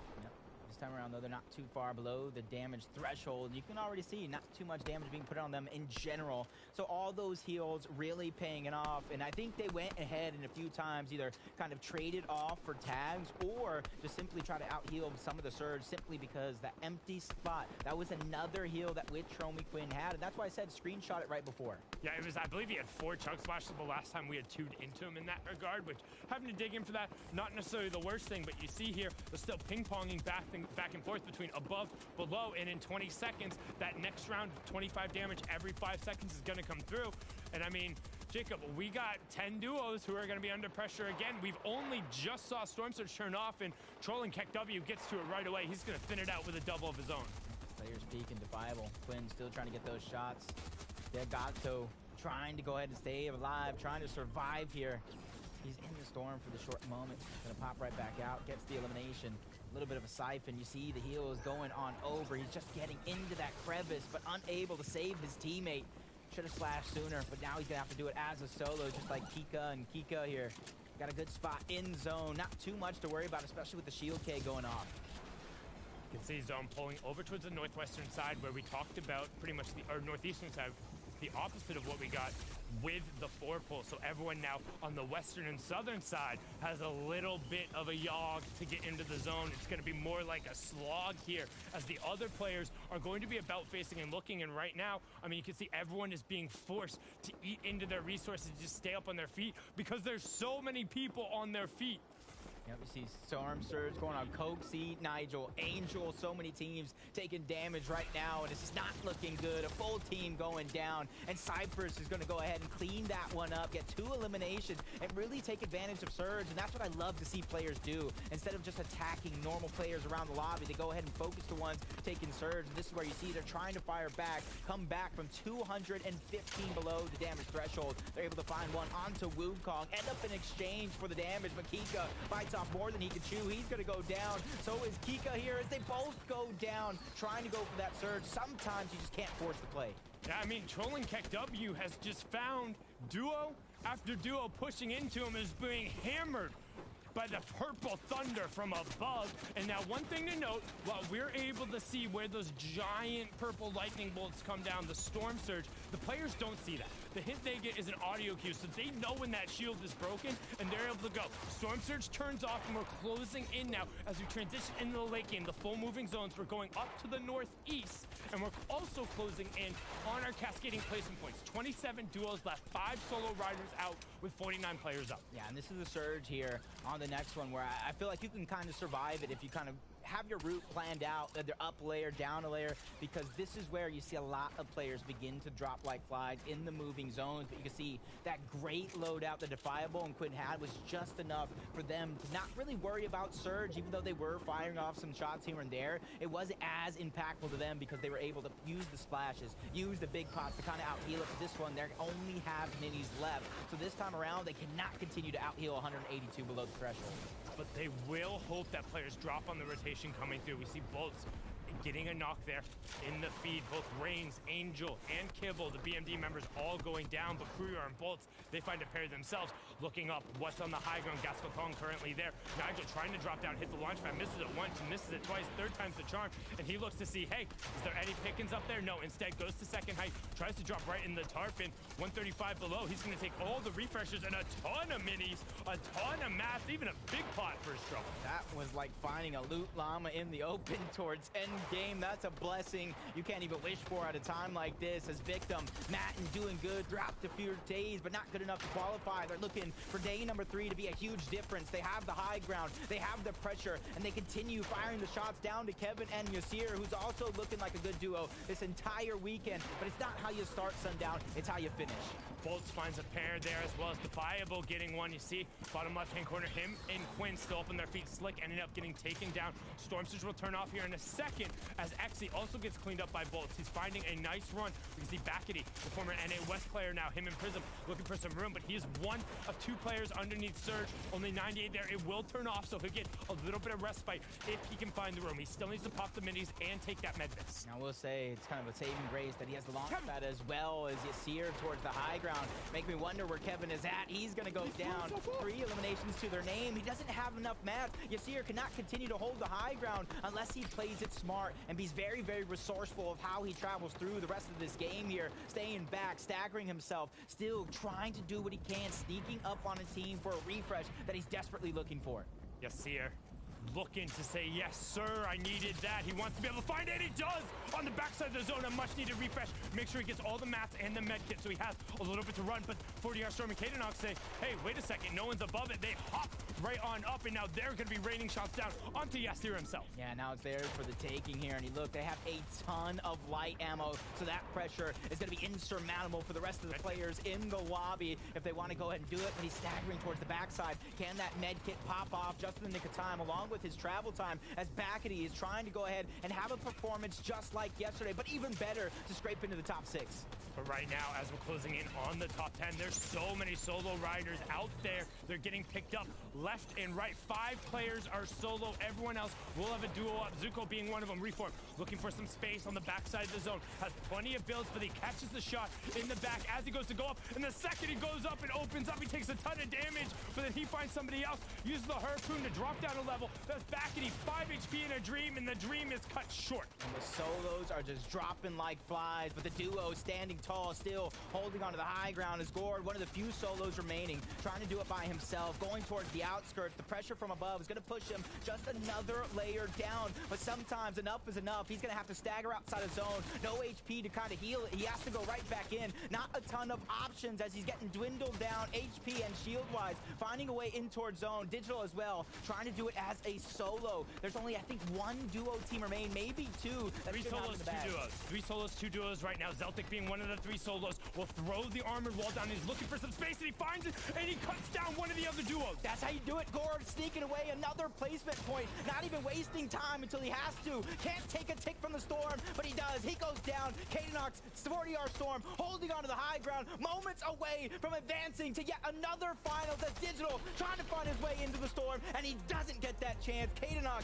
40R Storm, they might have waited until day number 3, but they're still going to get another consecutive FNCS appearance underneath their belt. The veterans who have been around forever, they are no strangers to last-minute dramatics. 40R Storm waited until the final duos competition, the World Cup, to qualify. He waits till the final day here to make it to the FNCS finals. But not the last moment, right? Gets it done in game number 1. He can go hang out, he can chill, he can relax a little bit. But congratulations to the 33 and Nova player, as we're going to be seeing them next weekend. I feel like they're a celebrity. They're like the type that is fashionably late at all times. Because even last season, in order to get into the qualifiers, 49th place. Once they actually played in the qualifier to advance, 2nd. Easy for them. Yeah, able to make it through. But like you said, hey, they'll check out early. They at least showed up, and they're like, hey, I got my gift bag. I'm good. Hey, we're leaving with that, and we will leave you with the leaderboard in the standings after game number 1. Kelly, Panda, Clay, what you got? Thank you so much, Sundown and Jacob. And it wouldn't be an NA West Finals without 40R and Kadenox. And congratulations with that VR. 8 eliminations right there. Incredible. You know, I feel like over the last few days, we've seen a lot of height holds, and then it kind of crumbles at the very end. But they held that to a T. Well, I mean, of course, right? It's Kadenox, 40R Storm. We kind of expect them to. Right, look at how well they're looking for these items, and that is a very crucial harpoon there. They're going to get their mats up a lot and actually deny a lot from Defiable. And when we take a look, 100 builds, 6 zone on both of them, Panda? Yeah, see, this is what's key, right? We talked about it yesterday. Taking high ground at the appropriate time is how to be successful. Unfortunately, here we go. Kadenox, 40R Storm, the veterans of NA West. They take it, they hold it, and ultimately walk away with that VR. But look, knocks on these incredible players. You see Defiable going down to Kadenox. You see other incredible players going down. Like, this team just knows how to win games. And this honestly comes on the back of the lobby being a little bit more aggressive. They had an opportunity where they didn't have to have mats the entire time. Take a look, 1 minute and 30 seconds till the zone is closing, and we only have 6 players up. So they got very, very advantageous with the fact that, look, right here, only 2 other players are up, and they still have high ground with 16 builds. We don't see that often. I also love their loadouts. Kadenox going to be the fragger there, and then you saw 40R being the utility holder. He had the harpoon gun, he had the heals, he knew exactly what his position was in that team, and that is so important in Fortnite. Not just being able to play the game well, but being able to play the meta and being able to know that who's the IGL and who's the fragger is so important, Panda. It really is, but we got to talk about this leaderboard. On top, KEKW and Reform, though. See, this is a team that we weren't necessarily paying close attention to, but now we have to, right? Top of the leaderboard, 45 points, but just below by 2 points. It's Zuko and Digital. And obviously below that, we have Panadero and Zeltic with third place, 41 points, tied for 41 points. It's going to be Victim and Matten.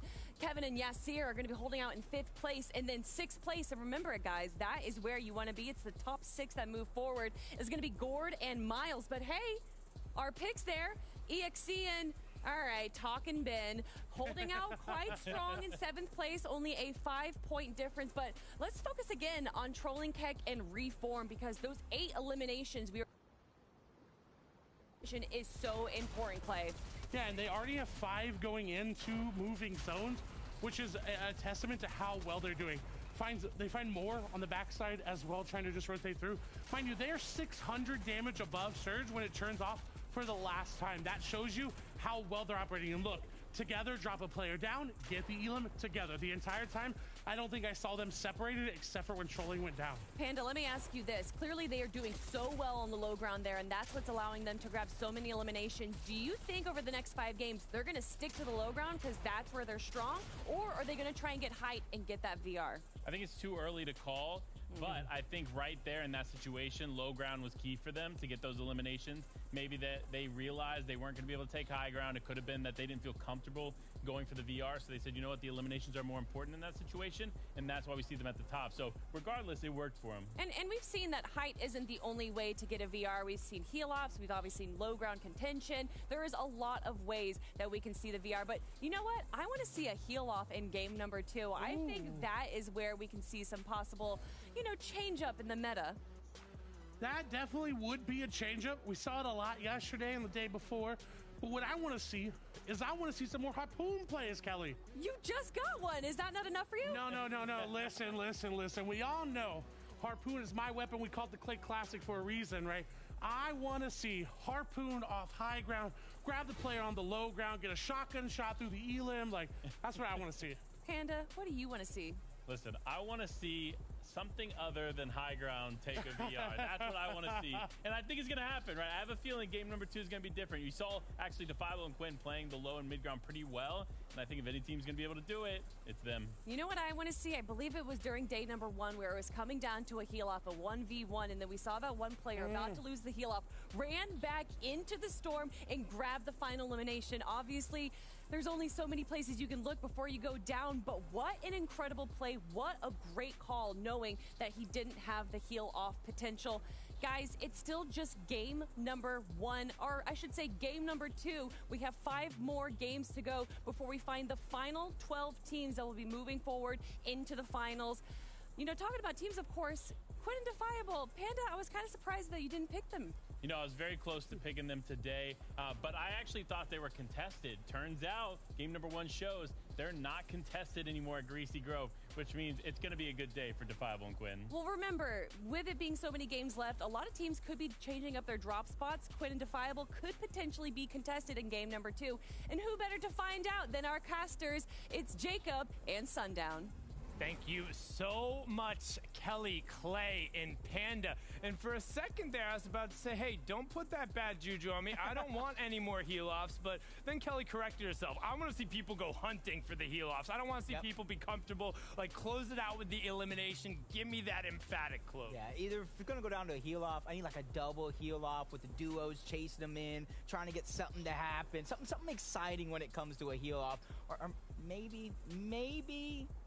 I don't know. I don't know what to expect. Kevin and UC are top team right now. I feel like they're going to slay out as well. No heal-offs.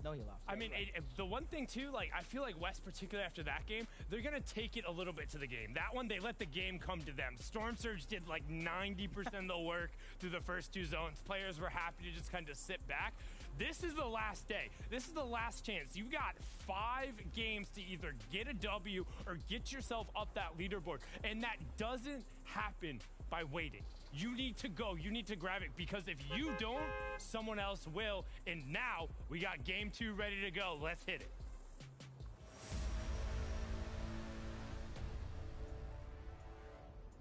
Game number 2, Sundown.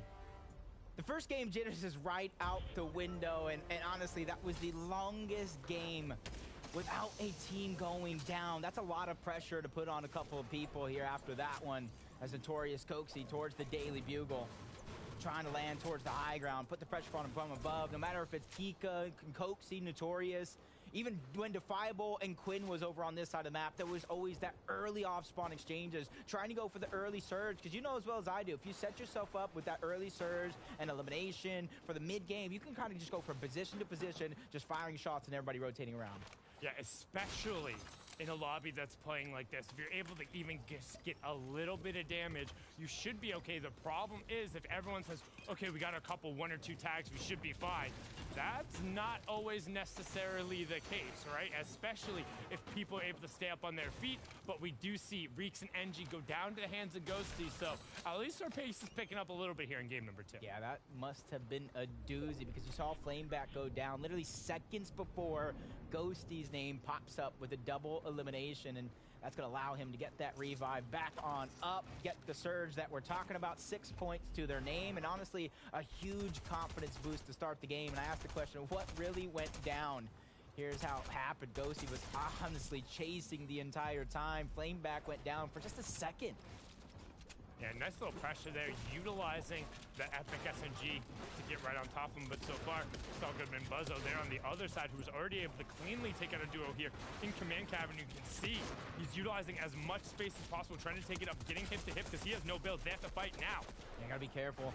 Saul Goodman instantly becoming one of the fan favorites, and he's one of the top players who almost qualified in our earlier days, but under siege, forced to back up here. Command Cavern, one of our most contested, hottest drops that we have in any region. Is Saul trying to wait for that perfect moment, pops the shot, good tag, drops the shield, but it's just not enough in a 2v1. Sometimes all it takes is just a second of separation to kind of do you in, and that is what's going to do Saul Goodman and Buzzo.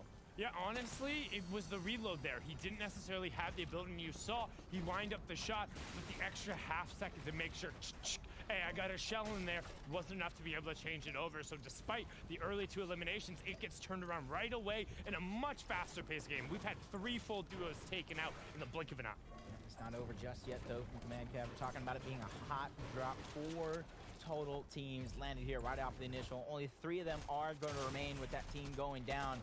But here's a replay of it, and that's instantaneous reactions as soon as they realize Saul Goodman's by himself, and Buzzo trying to go in and be the hero. It just didn't work out. Yeah, but you saw the remaining HP on him. It was super close. If he didn't have to reload there, he might have been able to run that out and give his team just enough time. But right now you can see back at Ian Prism, double stacked on this right-hand peak, which I actually love, because the player who keeps poking his head up, he thinks, oh, I'll just trade with one, not recognizing it's 2 players right on top of each other, and they break through all of his armor, get a nice 39 headshot tag, and that player is going to be completely backed off. This is going to allow them to safe rotate around the outside to the southern zone here. Yep.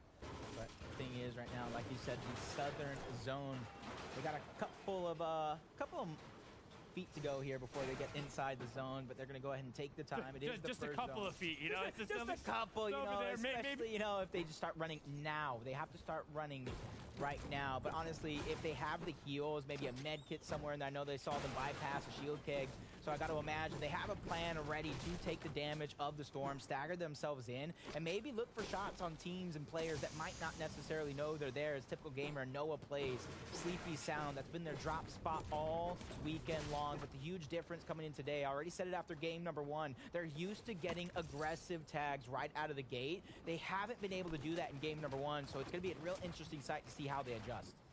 Showing Captavio trying to put the build course out there, get the disengage, close out towards the zone. We saw how his name was lighting up the feed, but Blizzard and C Winter, they say, hey, can you do it again? As they're pushing right on top of him. Heavy investment from the builds here and actually dipping into the brick pretty early, and they're on the back foot. Yep, that's one thing, though. Reform and Trolling, if they taught us anything after that game number 1, they're not scared to get their hands dirty and get into a box of another player, especially when you have that drum shotgun to go ahead and use, and especially if you're hip to hip.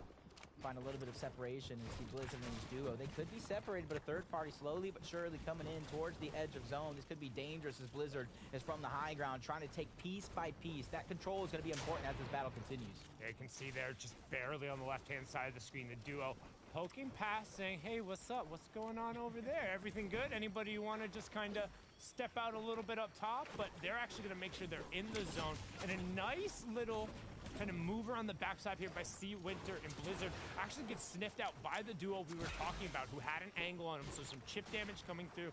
Got to invest the Chug Splash and make sure they're able to just slide and scoop their way on into the zone. Yep, and as soon as they get in the zone, you see where they're looking, where their mind is at. Straight back to that fight. Yeah, low rotating in slowly behind, but there's another team right in front of them as well. Did they spot it? I don't know, but they're going to find out here in just a few short moments. Spots him in the distance. The shots will trade off as Fizzy gets his shields dropped in the blink of an eye as BQtify is just a few inches below him. He has to watch out here as Blizzard's looking to get a little bit aggressive if he connects with just a few more shots. But this is such an awkward fight to take because, it is. Yes, WTJ Fizzy was hanging out there being like, hey, challenge me, let's take this shot out. And while C Winter gave way better than he got, they're stuck between two teams. And yes, you're like, oh, they created a little bit of distance. Doesn't matter when you have the scope burst rifle. You can get a line on somebody and rip them apart, but Blizzard is going to try and make sure that that doesn't happen with back-to-back full body tags going through there, breaking the shield. Threading the needle right there to really put those shots on him. It's just those little crevices, those little gaps. Give me them toes. He brought his protractor to make sure that he had the perfect angle to kind of get the surge, and that kind of alleviates a little bit of pressure because you know as well as I do that early surge allows you to rotate perfectly into the zone, and you don't want to go center zone too early. You still want to go into a spot, build some high ground, and get some shots on some players rotating around, and that's what you see Defiable Quinn landing towards Greasy Grove. Business as usual. They're loading up and go ahead and get themselves enough heals to either get surge. If they don't, it's not too much to worry about. And while we kind of talked about, man, you should really kind of take onus on the game, make it your own, try and make the plays. We've seen those 3 initial duos drop, and that's about it. Everyone else is saying, nope, Sundown, we'll ignore you. We want to stay in the match as long as possible. And that's a nice little upgrade for Zuko there. We'll see if he wants to opt in to that legendary auto shotgun compared to the common striker. But if he holds it, then to me that says he wants the preference that comes with the one-shot capability of the common striker. If it was me, I'd swap it over, but you know, there's a reason he's playing and not me. Yeah, he's trying to just spread out his loadout altogether. He's making sure that he can pop some shots to the striker, instantly get in the box with the combat SMG, and then for the tags, the surge that we see, that is just so impactful after game number 1. He's going to have that striker burst to make sure that he can use it at a distance and even up close as Polar Bear and Taco Boy. That was actually the team that qualified while contesting Arkham and Epic, and that was a narrow qualification to see coming in during Session 3. Right now, Digalito and Boss right on the northern part of the zone. They can hang out for a bit. Plenty of fishies in the inventory. Not going to be opening up a sushi shop anytime soon. We see them splitting the pads.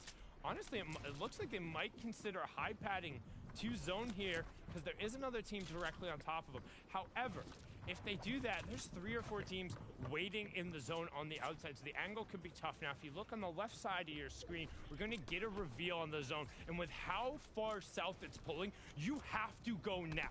The reason being, if you're not on one of those kind of outer raised plateaus that are called hoodoos, actually, you know that, the desert rock formations that are smaller on the bottom, larger on the top, but if you're not able to kind of get one of those, you're then forced to rotate past everyone who has, and those rotations are so painful. Yeah, it's actually looking scary. Normally, I would bet against using a launch pad this early, but after seeing that zone, how far they have to trek, you might make it a possibility here as Polar Bear getting 2 different pieces, still continually trying to move in. Gets denied entry once, tries to go up and above this time around. He's going to get the high ground yet again, gets the box, gets the piece, but gets a big shot landed on him, trying to fire back onto Vaz. The health being dwindled because of Storm, but they have more than enough. 2 different med mists. They have chug splashes, but they do not have sight on their enemies just yet as Vaz is trying to heal up. Buy time for Digalito, who's also trying to heal up. This is a prolonged battle inside of the Storm, and I don't think either one of them are going to come out victorious. Yeah, I do like the fact that Taco Boy and Polar Bear are going into the utility belt, saying we need to invest this down, we need to win this fight. They will end up getting the wall replaced, trying to potentially look and see if there's an edit down, want to get wall to wall. They want to fight with these high rate of fire weapons, but doing a very good job of just denying them that entry. Last of the amendment's going to be used. Again, I'm back up to 87. Still looking around, and this is where maybe they're saving the launch pad for this moment. Or at least after this moment, the piece control is going to go over. Digalito and Boss, just another layer down, so that piece control is going to mean absolutely nothing unless they drop down and get a little bit more close into this fight. And this is where I think that loadout's just going to be a little bit better. The splash is, like you said, going into close proximity, able to regenerate the health along with a launch pad. They could, in theory, outstay, but they're going to use everything they have just to stay alive and get to the next zone. Do you see some bandages over there on the right? Might need to make like Zexo and pop them in the zone to just get a couple of extra seconds, but we will see the second zone beginning to move, so don't forget, we are way north. Like, we are going way far south. We'll get the storm surge warning now, and both these teams should be relatively fine with what they're able to trade back, but will they get the confirm? Finally, they're able to open up and find him on that side, but Digalito ends up going down in the return, so neither team are really picking it up cleanly.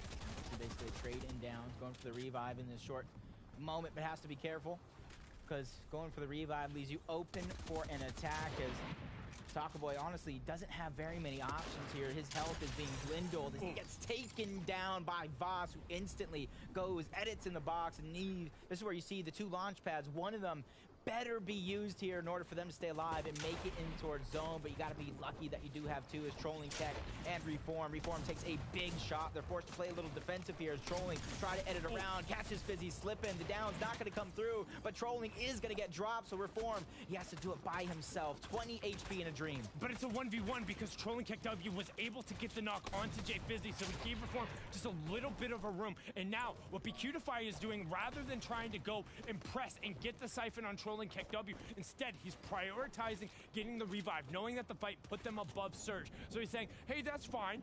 We're good. I'll get the knock. I don't need the points as long as I get to advance in the game. And that's a very disciplined decision. Yeah, and you can almost guess, since he wasn't continuously attacking, trying to take the piece control over, went revive for revive. That puts him in this situation here.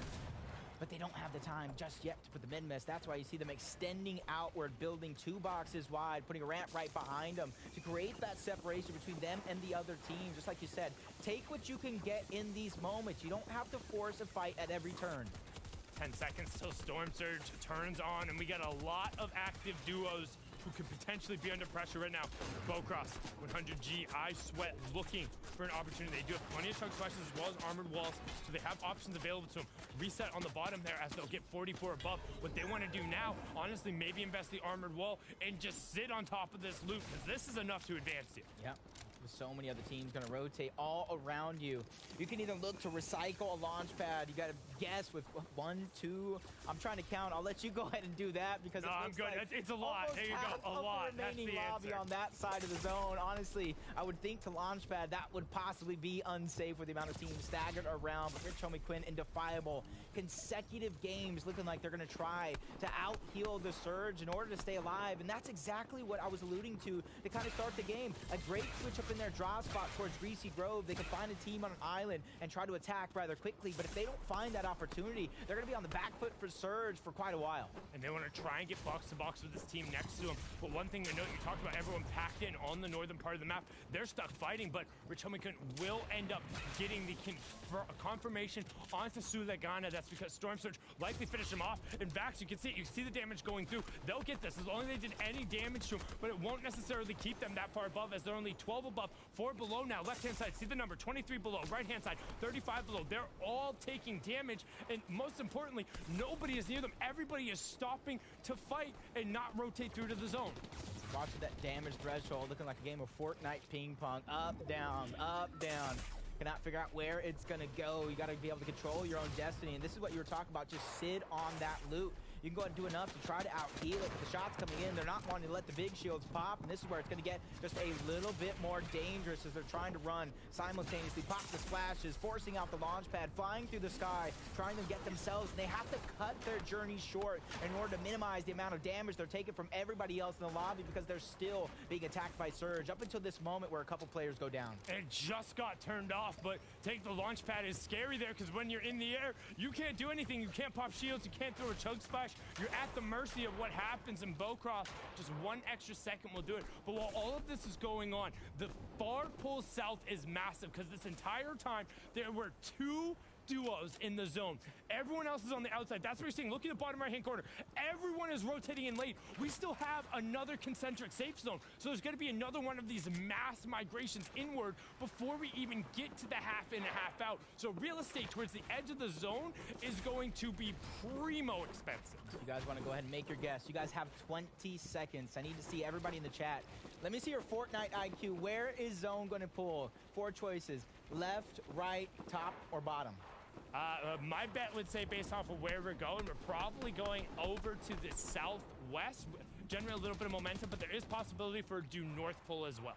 That's kind of where my 2 guesses would go. We'll see how good I am. And I'm wrong. We went over to the eastern side there, so a little bit of room, a little farther south. But everybody who's on that northwestern side, which is basically everyone, needs to get going. We see 1, 2, 3 duos basically inside the safe zone. Everyone else is outside. Zuko lighting up the feed there, finding the kick-up pair in 6 points. Yep. And if you're one of those lucky person in chat to really kind of call the zone, I hope you made a quick rotation banking on your guess here, because that eastern southern style of pool is going to force a lot of that action like you talked about. So many teams stacked up on the north side of the map, including Rich Homie Quinn and Defiable, who are already trailing on Surge just a few moments ago. As we pop in the replay, let's see how they're able to pick themselves up from the Surge, catching Flame back from behind, catching him slipping, trying to stagger himself back. Yeah, I never want to get caught slipping there, and even able to find some tags on the player in the zone to kind of scoot that number up a little bit, because as we've seen, it's not just the first surge that ends up being a problem. First surge lasts so long, you basically then rotate and then deal with second surge. Like one long consecutive surge throughout the game, the way these first 2 have been going as Miles over peaks gets taken down. That's Wavy Jacob and his duo Vanillas, who's also now known as North Benji Fishy, who qualified. So he's trying to mimic that success here. And Wavy Jacob giving a huge shout out to Foxity, who's honestly doing his own viewing party, probably shouting at the screen every time Wavy Jacob gets a kill. I am going to complain a little bit here, just because these players are so good, and you make our job so difficult to give you the credit for how amazing you are. You got some sick branding. Utilize it so we can give you that kind of love. I mean, we talked about it with Mira over on NA East, but just like, let us rep you, let us give you the call-outs, let us tag you in all the tweets and the cool things as it comes through. And Umpgord trying to make some play now. Trolling Kick W getting his name up on the left side of the feed. Again, continuing the momentum from last game. We will have Surge maybe turn on here, but this is what I'm saying. Players taking it to the game now, as we have 25 seconds and only 3 who need to drop. Compared to last time, we were at like 68 at this phase. Sharing is caring here. You see the double split coming out. And what they just did, Digital and Zuko, if you guys at home are watching, they both stood in 2 different corners. They split both of their mats half right down the center, and that gives them a rather equal playing field. It won't be exact by any means, but it goes to show that you're splitting it right down the middle. It's pretty much exact. What do you mean? You think so? That's how math works. I mean, it'll be a +1, -1 the other way, but if I drop half of my stuff, you drop half of yours. Half an odd number. Okay, yeah, so +1 either direction, but it's fine. As now we'll see, if like you're saying, you can't half an odd number, that means we either have 1 solo or we have a full duo who is being hit, because you look in the top left-hand corner, 51 players up, and as soon as I say that, a pair goes down and we go to 49. Yep, you said it. It was a duo all together as Baka and Delta picking up some great eliminations here. And throughout the qualifiers, they were one of the teams. They win an early game. They do good in the second one as well, but they slowly kind of fizzled away. And that's why I kept saying that it's not how you start. It's really just as equally important that you do finish strong here, because so many other teams are battling through 2 different win conditions. Yeah, and one thing to note, we are pulling super far over the east. So again, that western side, as we've seen, is going to have a long way to go. Also important to note, as we see Noah W and Typical Gamer take to the skies, 1st, 3rd, 4th, and 8th coming into this game have all dropped early, so there's a little bit of room for the duos still on top of the table to be able to extend that lead. Or if you had a rough first game and you're still up, you can put yourself onto that front page. I know it's about to be summer, but it looks like every one of these birds flew south for the winter, using launch pads to try to get into the zone here, as Rich Homie Quinn loses Defiable, but gets all of this loot and figure out how he's going to do it by himself, while simultaneously getting that elimination onto Dunks. 39 players left in the lobby, and he has to do it by himself. This is going to be one big journey for him, but if anybody can do it, it's him, sitting inside of the bubble, currently at 5th place, and you got to imagine sitting good on that Storm Surge as well. That's why he's not over peaking. He's not risking taking a shot and really revealing his position as a solo. And Now we get a little bit of a break as we hear the confirm come through. The full moving is revealed. We are inside the cascading placement points with only potentially a little bit of a warning here on the Storm Surge. 4 duos will need to go down. We'll take a look at some of the action we missed here. And Izuko actually getting on the wall and finding what a great wall replace to get both of those. And I mean, no scar on his eye in that situation. He came out super clean, and look at the inventory. He's got plays to be made for days, and most importantly, the whole lobby is rotating past them. Yet again, I'm thinking everybody's getting their steps in today, trying to rotate from one place to another in the blink of an eye, while simultaneously battling not only so many other full teams and solos in the lobby, but battling against Storm Surge as well. And just like that, multiple players hop into the same box. Dagalito and Vasco down, making short work here, and that's not something we want to have happen. You see multiple players also looking backside of zone, making everybody's journey that much harder. Zuko, Digital, that good load that you said, not having to use the heals just yet as they continue to stay front side of zone. Those shield fish so incredibly valuable in the late game. One of the quickest way to apply shields to an individual. Yes, not quite as fast as the Tug Splashes, but a great opportunity there. No Storm Surge will be present. 2 solo dolos, otherwise everyone else has a partner up on the high ground right there. You have Ignite, JG9, and Elevated looking down on everyone else. Plenty of flops, plenty of Chug Splashes, and plenty of room to operate as we swing on over. TG, Noah W, they're in the thick of it on the backside of the zone. Build, a bad build at that as Noah plays, accidentally builds that ramp over typical gamer, but he quickly knows the situation cannot be the hero today. He has to continue to try to move through and trek as a solo by himself. And one thing to note, the 7th zone, we pulled directly back from where we just were. So for a while here, players will be able to recycle their old builds, and then we're going to pull out of the space. So there is going to be some room, but the team up on high ground will be able to extend their time up here longer than they should have because of those old builds. Yep, I was even thinking that same thing. They were looking so good on many different variations of ammo to put that pressure from above. It was the concerning part was the builds that they lacked. But you can see they already have that plan set in mind, chopping down a few layers, trying to connect here, making it safe as can be, and making sure nobody can connect towards the backside. And without a ton of builds to end up in a build fight, that is such a smart play. Speaking of not a ton of builds, well, Quinn has a big 0, but that wasn't a 0 tag. He slipped, he slides, and he finds the hole, and it was Baka being able to get it. We called him safe, but the question is, what else can he find? He finds Caesar on the backside of the zone. Can he get the confirmation? There's a med miss there, but a player immediately to his left, and he doesn't quite get it. Picking up some eliminations, though. Gotta at least be saying, hey, we did just enough in this game. Points, placement, consistency. That's what we can be playing for as Noah plays finally goes down. The team formally towards the high ground. They get dropped. That was because they lacked the builds. But you see with the splashes, the men miss. They're staggering backside of zone. Gonna use this as an opportunity to try to sneak up on players that might not see them coming.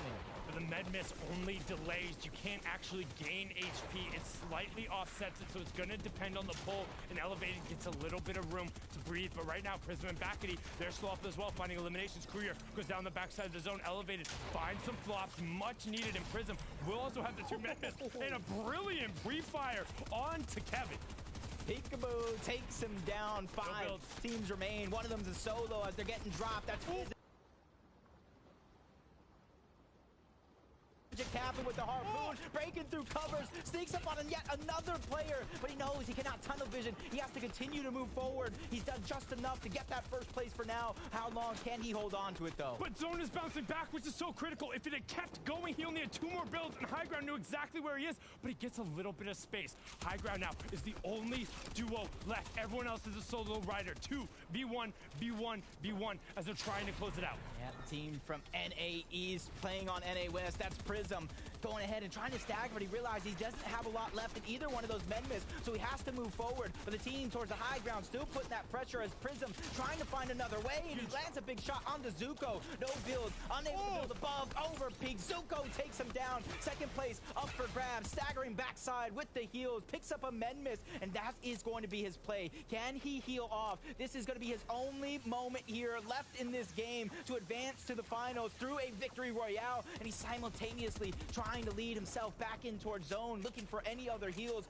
One med miss left. Biz, Flux, they're not chasing backside of zone because they don't have the HP. Zuko finding a way in. He's going to make it with 110 still left on the med miss, but that's going to force Flux and Biz to try to drop down slowly but surely, because he will have enough if he finds another med miss to continue to out heal, but he might have popped it just a little too early, Sundown. I was about to say, he needed to find his way back into the zone because we still have 40 seconds until close goes. Like, yeah, the med miss is strong. You can offset about 10 seconds in the zone, but we have another 30 of those. The key difference being now, Lux and Biz are going to have to drop down through very crowded area, and Zuko still has 18 bills. If he can force them into a 1v2 and he can drop one early, there is a play to be made. However, the onus is on him to find the one immediately, and that's a great shot. That was a fantastic shot, dropping down Flux, putting him backside his zone. He gets the second one as well. He's going to get the siphon. He still has to go ahead and out-heal it. Go ahead, they get the siphon, but he doesn't have the heals. He has to chase down Flux. He has no other heals. Flux has the heals. Oh my God! Zuko does it! He catches up and carries Digital to a final. He will avenge his family's name as he takes down the abandoned son. No more Zuko. We said it at the beginning. What's the heal off we want to see? None of that. He goes hunting, he goes hawking, and Flux gets taken down with a brilliant, and I mean brilliant, 1v2 clutch there for the Flu duo. I hope he recorded the last 5 minutes, because that was probably a perfect 5 minutes of Fortnite. The way he bobbed and weaved in and out of the storm, going through 2 different med miss, and finally ending it with a huge chase to get the victory royale. Honestly, I'm a little flabbergasted. I thought we saw some of the best solo individual efforts over on NA East a couple weeks ago with Rokane, but what Zuko just did, that was gross, that was disgusting in the best of ways. But also we saw a number of our top 5 and top 10 teams go down early, so another leaderboard shakeup. We're gonna send it on over. Kelly, Clay, Panda, what you got for us? Sundown, I told you, all right? When we come down to the heal-offs, it's the best kind of heal-offs you could have. That's what NA West has to offer. That's what Zuko has to offer. Solo VR on the low ground, 1v2, and grabs the eliminations.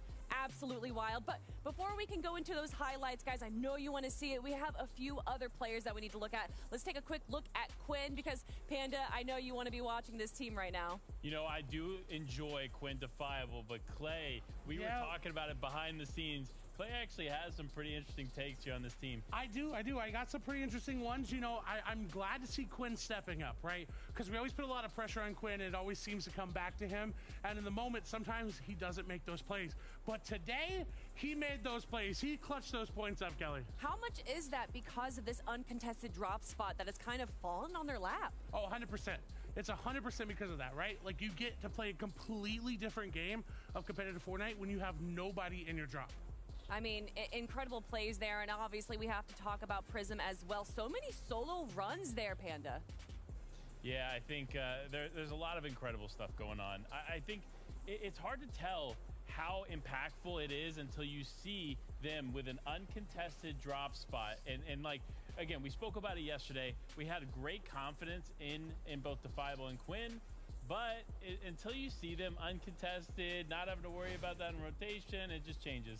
I mean, guys, Zuko's play was just so wild that I think some things might be a little overheating in the back right now. So we're actually going to take a quick break, but when we come back, we're going to review the highlights of game number 2.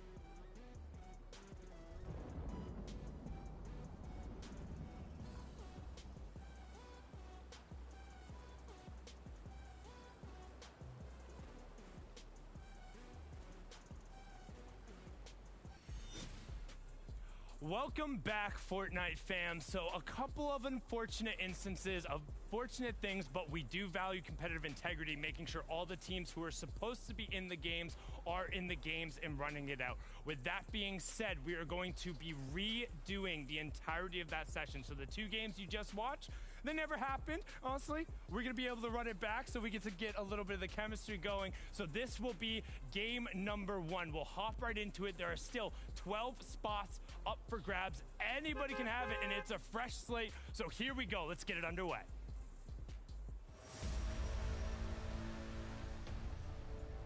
A fresh slate, a fresh set of chances, and a brand new moment to kind of reset, honestly. For the majority of the lobby, this is a little bit of a godsend. You can kind of take what you got, you can see everybody's hands, how they're dealt, and kind of figure out what adaptations you need to make, because we saw in the first 2 previous games, it was kind of very, very slow pace, especially the first one, setting a record for most time spent before a duo team was dropped off of the map. And you can see how that's already going to change with multiple teams and players already going down right out the gate. Now hopping on board here, Squishy and Yumi trying to find a little bit of space on the glider with the initial fight. Shots coming through. Nope, that's actually just the AI putting some pressure down on him. He's going to be able to clean that up immediately and then actually scout out what's going on around him. Quick moves here towards the collider, which looks like it has a little bit more activity this time around than the last, both directly there in the POI, maybe on the outskirts. There's a couple teams floating around, and that's what you got to do on that fresh reset. Honestly, you pull out a trick underneath your sleeve. That's what some teams are going to do, switch up things here and there, but you're going to have some other teams that are going to continue to play their game, business as usual, like nothing ever changed, nothing ever happened here, as that's what Squishy's doing, just rotating around, grabbing all the splashes that he can. That's going to be 8 total, but you know he's looking for more because this POI has a ton of loot. Now we'll see TG right off the bat will be able to grab the burst rifle and... Oh, man. Wait, what? Did he get both? No, I think he just ended up finding the one there off to the side, but real impressive shots there from a typical gamer. Andre looking like he hit the aim training right before this. Yep, that was Wavy, Jacob, and Vanillas who kind of go north side of Sleepy Sounds, and that's what you do when you go to the north side, and that's something typical gamer has been looking for day after day going into this 3rd and final day. That floor loot spawn on top of the roof of Sleepy Sound, and then going for shots at anybody that is still floating into their own POI, and he was just really looking for damage. He got granted that knock. Now that's 3 points coming over. One thing to note, because of the full restart, the points that you see towards the bottom, those are not going to be accurate right now, as well as the team numbers on the side. We'll do our best on the in-between sections to catch you up, keep you informed of what's really going down. But luckily, right, the stakes are pretty much the same. Win a game, you're through. We'll check out what the leaderboard looks at the end. So right now we got Rich Homie Quinn defiable in what seems to be one of the chiller splits that's been going on over here in Greasy. Yep, just trying to loot up, grab all the splashes that they can. Get some mats, and judging by that first 2 games so far, they just try to rotate in. They don't go for surge too much. They go for a sweet spot in towards zone before anything else.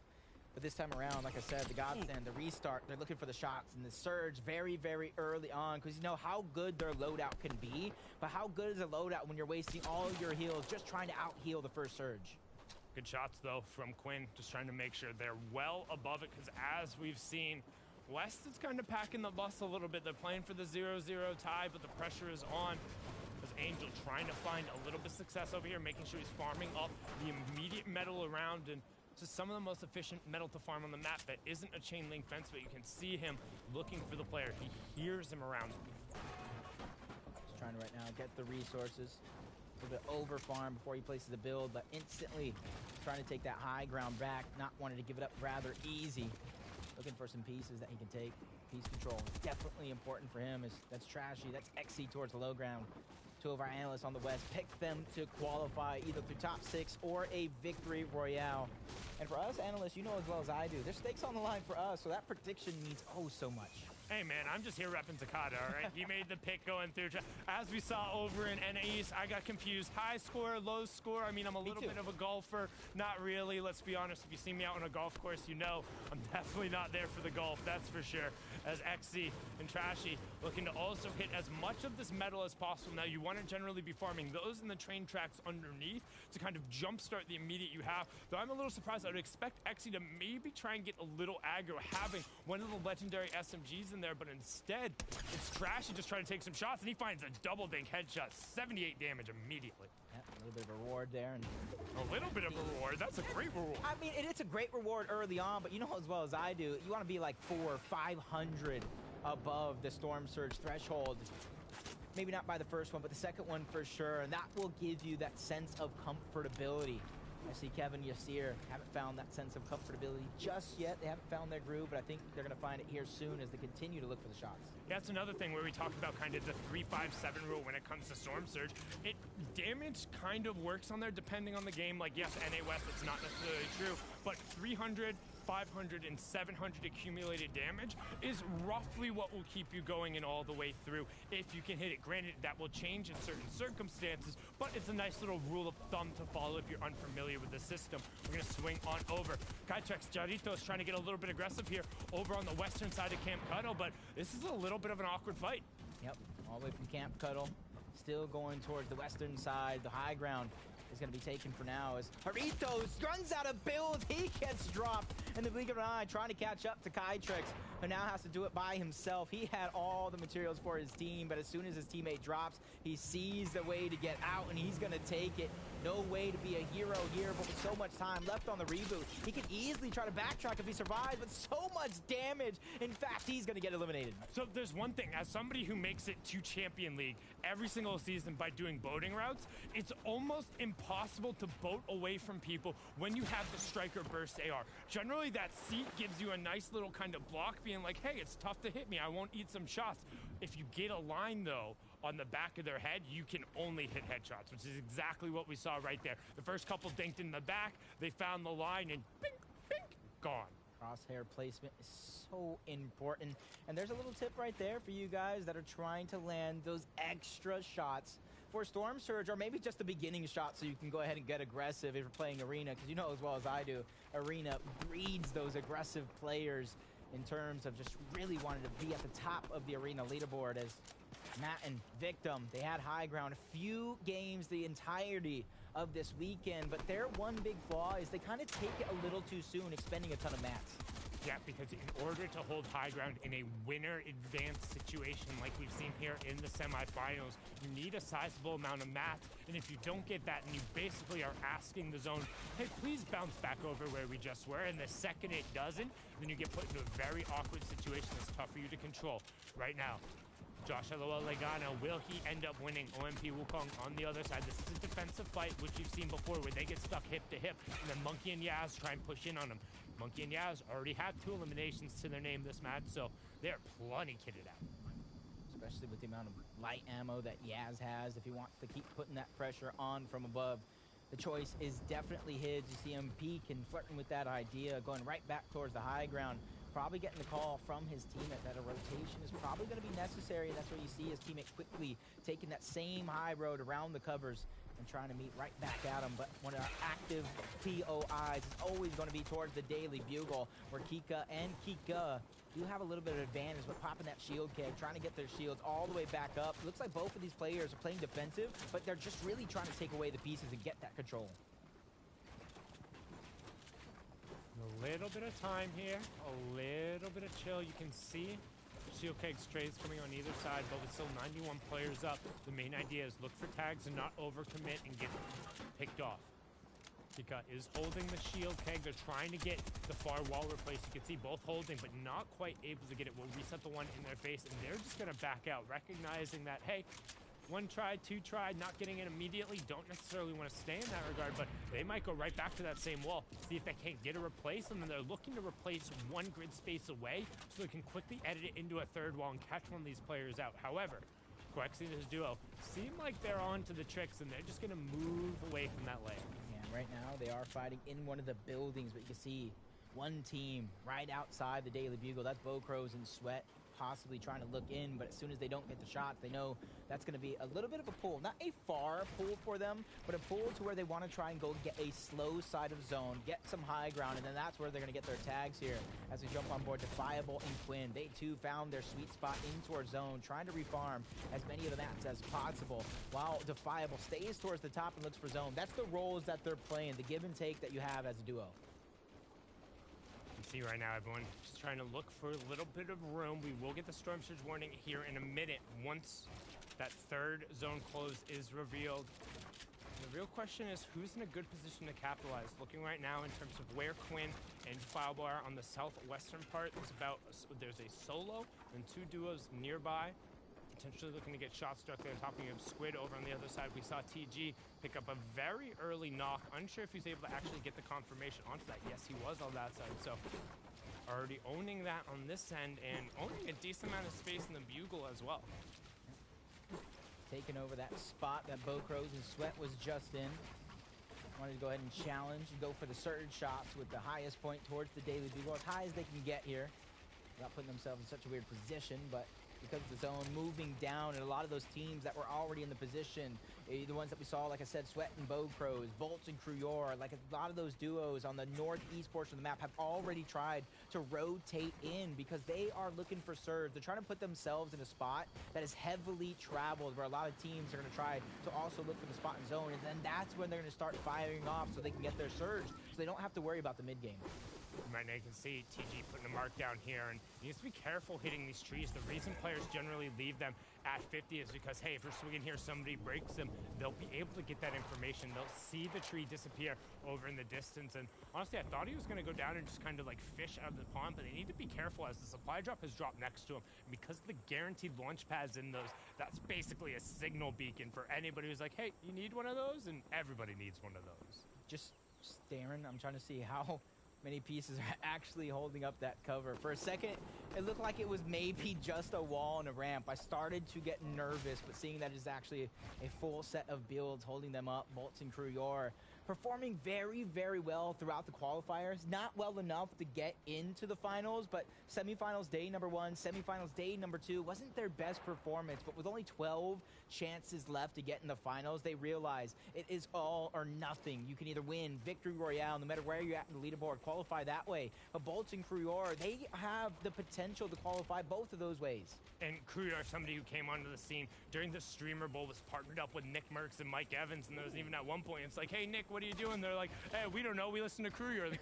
The kid's fragging, and I mean, hey, you can't blame him, as they were able to make an absolute charge. I believe they finished top 5 in that regard. He had a great performance in NA West last season, but can they make it now? He needs to make it into the finals with Bolts, and currently sitting 46 below.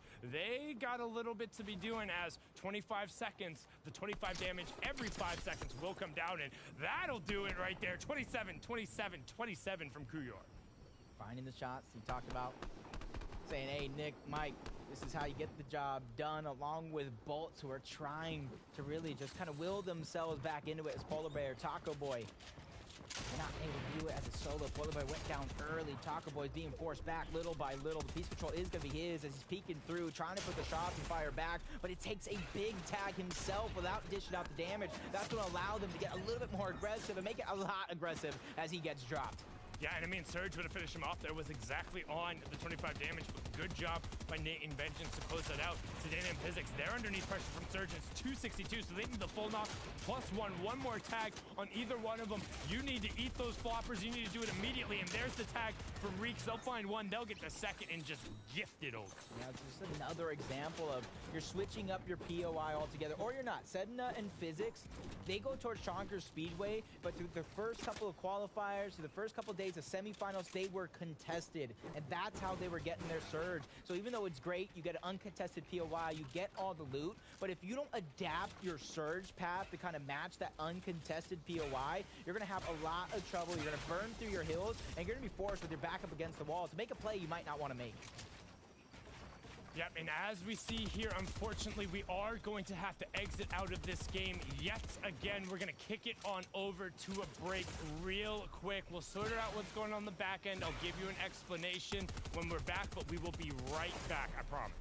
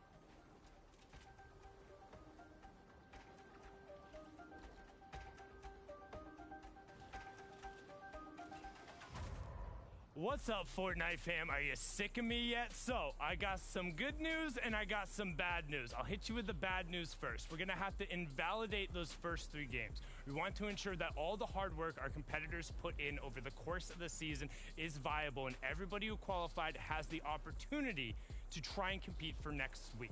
With that being said, let's get to the good news. We got 6 more games. I'm hyped about it. I couldn't be more excited. We're gonna kick it on over to the analyst to set it up for us before we get right back in the game. Thank you so much, Sundown. And who could be sick of you, man? You're the face of Fortnite. And guys, we got to talk about some more faces in Fortnite. In fact, let's take a quick look at the 12 new teams that are going to be joining us today. Because, you know, we like to talk about a lot of the veteran teams, a lot of the teams that we've already seen. But there's going to be 12 new teams joining us right there. We got Vax and Ghana. We got Amp and July. Zeltic and Zeltic. Love the duo name there. Diego and Cypress is going to be joining us. Bizb and Vlux. And, of course, we talked about them earlier, Yumi and Squishy, Frades and Cripwalker. We got Walk and Jakey, Scary and Polar Bear, Mizu with Nate, and then Aper and Vex.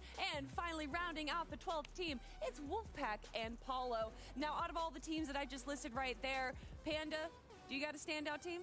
Well, listen, if Nate's teammate LeBron is anything like LeBron we know, then yeah, you know what? They're going to stand out. But no, so many incredible teams joining us here in day 3. And just because they're just now joining us does not mean they don't have the opportunity to walk away on top. So I'm super excited to see how these new teams are going to be able to compete. But Clay, any names popping out to you? Oh, for sure. Yumi and Squishy, we talked about at the top of the show. I'm excited for that. I really, really think they could do well. And a lot of people don't know, Nate's been around the NA West scene for a while, repping that S2 tag. That is a very, very big throwback there to World Cup qual days here in NA West. So Nate's he's got the footing, but can they find the games? I mean, you really got to ask that question to all of these teams right here, because a lot of them obviously coming in for the first time here. I mean, this is their first appearance in the semifinals, but a lot of them didn't even really get to play in the qualifiers. Maybe they got through 1 or 2 qualifiers, but not all 3. So with that being said, Panda, what are they really looking towards right now jumping into this game? Are they going to try and compete with the players that have been playing for the last 3 days, or are they going to play a bit more passively? You know what? It really depends on the studying they did over the course of the first 2 days, right? For these new players joining us today, their best game plan and strategy is to pay attention to the players that are still in it and watch closely in day 1 and day 2. Now that it's day 3 and they're coming in for the first time, they're obviously at a bit of a disadvantage. So it really boils down to how effectively they prepped for the day. Well, then, Clay, talk about that a little bit. What are you doing for prep? Are you VOD reviewing? Are you looking for drop spot maps? Oh, I'm bot reviewing, and I'm going for the victory route. Like, let's be real. They haven't had as many opportunities as the rest of the teams. We said it there first. So their best opportunity, go for the VR. Go for the game plan that they set out. And if it's not a VR, like, that's understandable, right? Play your game. Don't let anybody else affect it. But, yeah, I'd say just go for the VR right now. So going for the VR, you know, a lot of people would look towards height then, but we also see a lot of people going for utility at the end game, that potential heal off. What would you do, Panda, in this situation? Well, listen, I don't want to encourage the heal off, but prep for it, right? We see a lot of teams like Richomi Quinn and Defiable. They were going in with 12 chug splashes, and while it could work for the heal off, it actually worked more favorably for Surge because they were having to heal off against Surge. So that's another factor in these games. Will they be able to gather enough heals to, number 1, potentially go for heal off at the end game and get the VR, or will they need to use it early for those Surge tags that could inevitably come for them? It could be a low ground win, a high ground win, or maybe a potential heal off. Well, everyone, game number 1 of the day 3 semifinals is going to be starting right now. Thank you so much, Kelly, Panda, and Clay. Chapter 3, Season 2, Day 3 of the semifinal. And man, deja vu. It feels like we were just here. My name's Sundown, joined by PR. We got 6 games to go. You know what? Honestly, the name of the game is adversity. Because please, name me one champion through sports or esports that didn't get there while facing adversity. And it's easy for these competitors to get down on themselves. Honestly, it really is. But the best of the best will prevail at the end of the day. I mean, Kobe and Shaq were pretty dominant, but who is going to be the Kobe and Shaq here in the West? And honestly, if you get a blank slate and another opportunity to show up and put your name on it, if you did get to have a little bit of a redo and you're every one of those duos who was towards the bottom, this is a fresh opportunity. And honestly, yes, you're towards the top, you're probably a little frustrated, We already did it once. What's doing it again? Yep. Go ahead and have your game plan filled out. You already know what you're going to do, and let's see it, because game number 1 starts right now.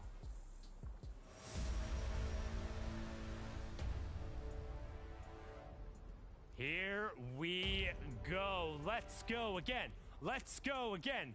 Game 1 of NA West. It's all on the line. We got the proper duos in here, and it's the last chance to put a mark on it, to put a stamp on it, to advance to the finals. My name is Sundown, joined by my longtime friend, Jacob XPL. Long time friends here. Glad. Check this one off my bucket list for sure. Me too, with man. friends is Awesome. definitely going to be a dream come true, just like for these players. Qualifying for the finals is going to be a dream come true as Yumi and Squishy landing here towards the Collider. Many teams towards the outskirts, that's something they already know as they're able to adjust their game plan and figure out what is going to be the best move for them. For the past couple of games, past couple of days, it's been loot up, farm up. That's going to be the biggest step number 1. A little bit of space. It's been slower than a lot of the other Collider fights we've seen, and it generally is because teams are more than happy to give over those slurp trucks to another team, saying, there's more than enough shields on the map, we'll find them somewhere else, and I think it puts you in a nice position, and some great shots from Yumi that really just showing off how strong that 2x headshot multiplier can be on the pistol, but it's just an AI. I need to calm down a little bit. Hey, sometimes those AIs do pick up some eliminations of their own. Hey, we saw Sloan got a pair. I believe it was yesterday on NA. Pair? Yeah, I got a pair. Full white Sprite and Nouns. He wanted to make sure. Sorry to throw that little bit of shade on DL, but I wanted her 6 points up on the board. That was pretty impressive. 51st place goes to Sloan at the end of the day. Well, not in that circumstance if she gets a full wipe. That's definitely going to be great for them as you see Leo creep. Butter Barn is going to be the name of their drop as they try to loot it on up. And 40R Storm and Cadenox, they're going to be the first of 2 teams really facing that adversity. Like I said, it's really easy for them to get down on themselves, but they have been in worse positions before. But they just want to keep that streak of advancing to the finals alive, and they have still 6 games to do it. And I have the utmost faith in this duo in particular. We've seen Cadenox dominate, whether it was on console when he swapped over, flipping back over to PC. Somebody can play with near any input. The other duo who we saw end up winning a match was Zuko with that absurd individual clutch. And if I'm one of these duos, I'm okay with running it back. Yeah, it's tough and you're in that circumstance, but you're going to have an opportunity to make the same amount of plays and you know you've already done it once and they're trying to set themselves up. And I also like them prioritizing these fishing routes. It is very strong and you already see them pull the rare burst AR. Yep. And that's something for them that I hope he recorded that last 5 minutes. Like I said, that was just perfect gameplay in all facets of Fortnite. Bob and weaving in and out of covers, inside of zone, outside of zone, that med mist, and the way he chased down the elimination at the very end was just so impressive, to say the least. I mean, might as well have been hit with a memory wipe, though, because none of it matters, so let's live in the moment. Now, one thing to note, the points you see next to the players' names, they might be a little bit all over the place. Some have reset, some hasn't. Doesn't matter right now, as we are still in Game 1. We'll have the leaderboards after the fact for you to see. What you care about as a viewer now, who wins the match? They get a ticket to the final. After that, it's do you finish in the top 6 to claim one of those last 12 spots? And right now, we have Josh and Wukong in yet another fight over in the islands east of Sanctuary. Yep, you see them trying to get aggressive right out of the gate. Almost business as usual for these guys. They go for the early surge damage. They go for some early eliminations if it presents itself. That way they don't have to worry about it through the mid game, but the people they were just trying to take advantage of go ahead and get out of dodge. They take the rift and immediately try to get out of there, but you can see they're looking to the sky. They know they rifted, so they were trying to attempt to go for those tags, and they definitely know the situation. They cannot continue to follow them through the rift because then they will be the ones on the receiving end of some possible tags. And I mean, once you're floating down there, yeah, you can kind of dive, pull the chute, create a little bit of distance there, but it still ends up being a tough situation, as we'll see. Yaz trying to create a little bit of room here, moving around, dodging, dipping, diving, ducking, and he'll find a bush to kind of just settle himself for a second and then move along. Thought we were about to play some dodgeball, and you're naming all the 5 dodge, dip, duck, dive, dodge tips to staying alive in Fortnite. I was about to say, just watch out. If a wrench comes flying your direction, it was me. if you could dodge a wrench, you could dodge Storm Surge. That's something that we can kind of teach. Hey, not here in West, man. Everyone's been under threat of it, especially given the pace we have right now. Only 2 players have gone down. We got 2 solo riders up there, potentially looking for the reboot, but all of our duos still up on their feet. Yep. That's why I see Yaz. He knows how stacked this lobby is at the current moment. Has to be careful, though, because this is one of those players that usually ends up taking exchanges towards the Joneses, towards the Sanctuary, so he knows every single team, every individual player that lands on this side of the map, and as a solo, he's treading with the waters, playing with the idea of how to get in. He possibly, I will say, possibly does have the reboot. He's treading water, but the question is, can he hold on much longer? Only being a solo and going to definitely have to fight Storm Surge here. With a relatively central zone, there shouldn't be too much dramatics around the outside. Nobody has too extreme of a rotate. You can anticipate then a little bit more equal spacing as we swing on over. No, this is not Fox City. This is Wavy Jacob with Vanillas over on the other side, and they're boxed up directly on top of a team already. Yeah, I was actually pretty impressed with Vanillas and Wale, the former duo, for quite a while. They stuck together, and you know me, I'm the type of guy, I like to play with friends. I like to see how far you can get before something else happens, but enough is enough. They split up. Wale is already in the finals. Now Vanillas with Chris, or Wavy Jacob, I should say, trying to get their own qualification underneath their belt. And instead of going for this early fight where, you know, honestly, it could crumble, things could go wrong, it looks like they're trying to rotate out. Go a little bit towards that slow side. Maybe try to sneak up on some players towards the Daily Bugle, but he turns in the click of the hat, grabs some shots, but takes some shots himself. That's some early Storm Surge tags, so even though you did take the damage, at least you're getting something from it. Yeah, but they need to be careful about not getting too far away from each other. I like that they're able to then get back hip to hip and break the line of sight, head over to these clonberry bushes and just kind of top back off on shields. And notice too how they're only really investing their wooden builds, which are very quick to then go and refarm right back up. Yep. Resource management is going to be very, very important throughout the course of the game, because so many times, exactly that, you see the hard mats come out, the brick, the metal, very, very early on in the game. Those are much harder to find, especially when it comes to the metal when towards the end game, so saving it as much as possible. That's why you see teams using launch pads, the geysers, as much of that rotation that is on the map as possible. But you need to be careful as well, because especially at a POI like the Collider, if you try to go in and use those sorts of movements, you're going in towards center zone, you're going into where a lot of activity is at, and you're going to have shots fired at you from all around. If anybody is able to get a beat on you, they're able to put down damage very, very, very quickly. And despite having 6 players go down, it's only been 1 full duo being wiped so far. You can already see how teams are trying to position themselves around these little changes in verticality, use the natural terrain to not have to invest too much, and then ideally, if possible, you only invest wood so you can very quickly farm it back up. Now you can see 40R Storm, in the bottom right-hand corner, they have a couple duos rotating around them. They need to be a little bit careful. Yeah, they definitely do, but you see it was actually Caden Knox trying to put the shots on a couple players into the distance, get that early surge, the comfort that they can travel through the mid-game without having to kind of peek and spin around and make it happen at the drop of a hat, because Storm Surge has definitely been such an impactful thing here throughout the day, and it's going to continue to do so throughout the weekend as Reigns and Kipple at the high ground. CZR just right below. They're all looking for surge tags with the high ground that they possess right on top of a mountain. And Sanctuary, Jones's, Daily Bugle, all around them, you'll have teams rotating. When we continue relatively on the center pole, we are a little bit towards the south side, but Tilted is in play, so a decent amount of reform materials coming through. Reigns and Kipple are boxed up directly on top of the duo. Reigns taking some chip damage from the side. The chop comes through. Some BMD on BMD crime there. Scissor drops it down. Slick tries to take the sky. They want the high ground position right here, but is it worth the investment? Can they find some tags or some damage? And so far, the answer seems to be no.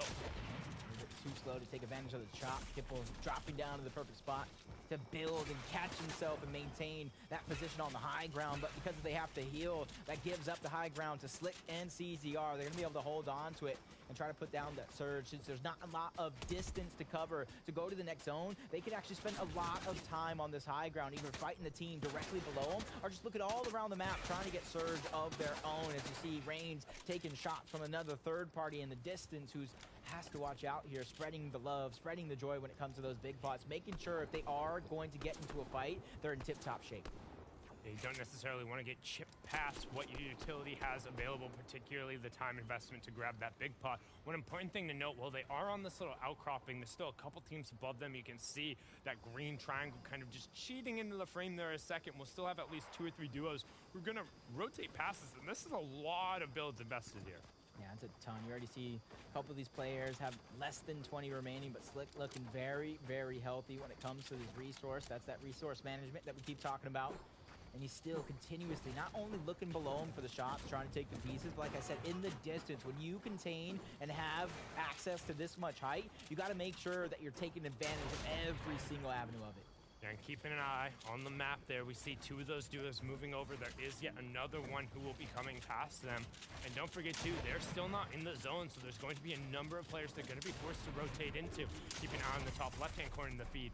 Win end up getting a knock there. We'll see where the confirmations go, because we're down to 91 players up. We're up to 93 again, so we've actually gained players, and we will get the Storm Surge warning. It will not activate for another minute and 40 seconds, but we'll get an idea of where everyone is at. If you're unfamiliar with Storm Surge, 25 damage every 5 seconds. Think of 3, 5, and 7. Those are the zones it turns on, and then you reverse the order for the number of players you need for it to turn off. That's 70, 50, 30. So right now, as we get a look in, Reigns, Kipple, 280 above, they're sitting pretty.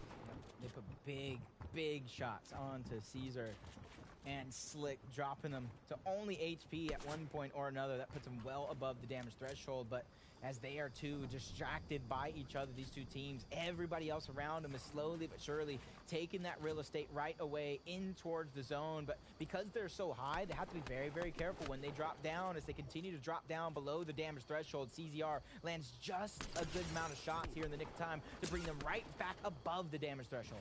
We can see there, as soon as you're hanging out, you take too many shots from an exposed position, somebody else will start throwing them back to you. And while the line of sight on the rest of the lobby is great, it also puts you at a high vantage point. You get picked out just a little bit. 70 above, not necessarily the safest, but still. When we initially checked in, we were at 91 players. We're back up to 95 players, so West just wants to stay on their feet. Storm Surge is going to do a whole bunch of damage here with 320 below on Nevitz and Clutch. I mean, they're going to have to go, like, now.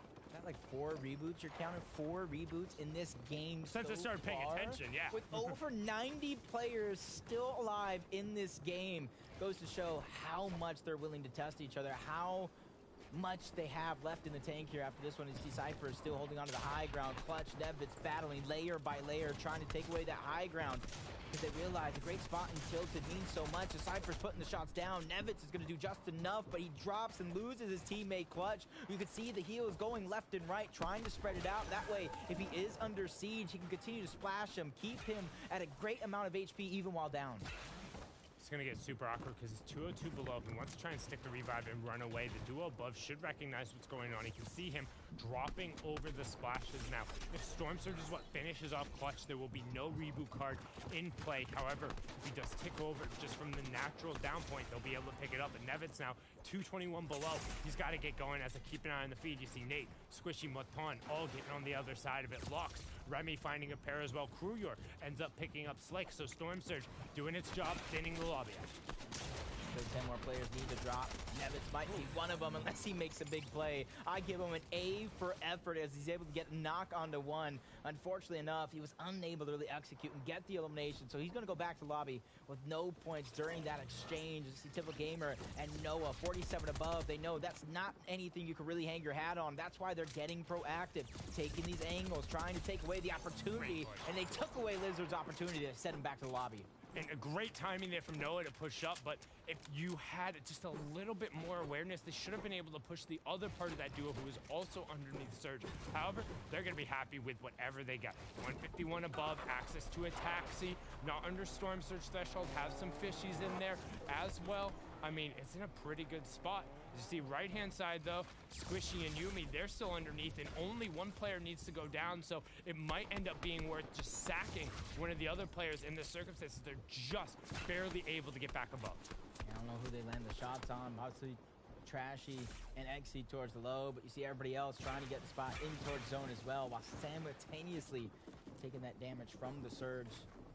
That's That's where we talk about that proactivity. Always be looking for something to do. Add value to your team at every turn. As Defiable and Quinn have a good amount of the high ground. 2 eliminations, but only 74 above the damage threshold. That's enough for them to sit comfortable now towards the high ground, but they still know their work isn't done just yet. It's comfortable for this surge, but again, don't forget with these longer surge extending and going through, I mean, we're going to have 4th zone reveal here in a second. We're about to rotate directly into the next surge. First surge will turn off. 69 players remaining. That is less than 70, but we do have 36 duos up, so still haven't seen a placement point being gifted over. Not just yet. Everybody's just trying to outlast every portion. Vibesy, Slixy picking up some eliminations there. Slixy going down as well. Getting a little more active in this one because one of their downfalls throughout the earlier semifinals and qualifiers was their passive gameplay. Led them to be a victim of Surge very, very early on. They're trying to change it up. They're doing their darndest here. As you see the replay of Slix, CZR. This is where they go down, but how did it come through? In fact, it's actually, no, they find the elimination and stay alive. That was that Reigns one early on. Some great shots there from Slick and being able to catch his opponent. Looking, Mizuko pushes in yet again. He'll get taken down, but Digital was able to save him there. So good pushes on either, and then we'll see if the Flu Duo is able to get back up on their feet now. 4DR Storm. Kadenox, one of the few duos. You check the bottom right-hand corner. They're inside that next safe zone. A lot of people aren't. So we're going to be moving over them with just the bridge and some slight hills in play. A lot of hard mats are going to be utilized by the duos. Peeking through every nook and cranny as Yaz. Early on, we saw him lose his duo. Now we see him lose himself. Back to the lobby. Once again, an opportunity to kind of rethink everything that you've done up until this point and how to make those proper adjustments to have a better game next time. As 40R Storm and Kadenox still sitting good in that box. Not Surge to worry about here as Leo just, wow, such a great shot onto Yisu, and this is how he was able to get another one. Just all those pieces that he was able to control made it to where Yaz had very little options on how to defend. Yeah, and that first 161, brilliantly done there. Currently sitting on 4 eliminations, looking to put themselves towards the top of the table. Been probably the most active duo here. If you are just joining us, welcome. I know it's a little bit later than usual here, but we are into game 1 of NA West. Closed out some of the issues that were happening. We're starting fresh, so we will have 12 duos round out the rest of the pool. 6 winners, and the top 6 most consistent after the fact. We will get the Storm Surge warning on the right-hand side, and then we'll take a look at some of the duos here as Creep and Leo, they're well above with their 4 eliminations. Maton and Victim, 97 above with their 2 elims. They're not sitting too bad either. Yep. Putting down that armored wall, knowing he needs it. But he's going to get attacked towards the right side, tries to peek at the perfect moment to try to get aggressive to catch somebody off guard, but that is not going to be successful. Back to business, though. Once again, trying to get that revive. Creep Leo. They know he's there. They know he's around. Just unable to find that peak, so they're looking for something else. That's NG. That's Reeks, not too far off. Elevated and JG. Just one more layer right back, so many players congested in this one small area. Yeah, Maton and Victim actually just got cleaned up there. We saw for a second how Victim had been down and Maton trying to just slam down the armored walls, but he'll get picked up, whereas Kekdug being reformed, they'll get a pair themselves, dropping yet another duo. We're inside the second placement threshold, so 2 points if you made it this far, and 3 more duos will drop till we're into the cascading ones. That basically signals the transition from the mid game into the late game. Now we have the half in and half out revealed. We're starting to get there in. No W and Typical Gamer, they're below Surge, trying to find some much needed shots. He opens up, but he gets traded out. If they're not able to find tags, they will go down. It's all going to be on TG as Noah has to pop a bandage, but it's too late. Couldn't buy himself the extra seconds right as TG ended up getting him above, and no reboot card to be grabbed either. 50 players down. Storm Surge turns off, and TG will have to do it all solo here as we're 1 duo away from that cascading placement points, and he is 1 of 2 solo riders. Yeah, he's going to have to turn a pirate and look for that loot because he does have a harpoon, so he doesn't have to travel far. If he sees a good pile, maybe join in on the fun, focus out a couple of players, a couple of teams to try to go ahead and make a down body and a loot pull happen. As you see so many of those players in that southern eastern portion of the map forced to rotate across, but you see the first launch pad going out, and judging by every one of those arrows flying through the sky, they're going to go ahead and recycle it. Yeah, basically everyone on the eastern side found somebody's launch pad to use. A couple people slamming him down right away. Everyone else looking for him, but as they take this guy, Typical Gamer drops, he misses the placement point. Everyone else gets +1. Trashy finds a knock onto Vanilla Salt, also getting into the feed. can see the confirmation going through from Exy, so that's a pair of 3 points onto him. An additional one for the placements, and everybody is going to tuck in now as we will transition into the late game. Full moving zone to be revealed here in just 20 seconds, and Kika and Kika take a ton of damage from the spray on the backside of the wall there. Yep, you see 40R, Storm, and Kadenox. Good layer towards the low ground. This is what's going to allow you to save as many of those builds as possible.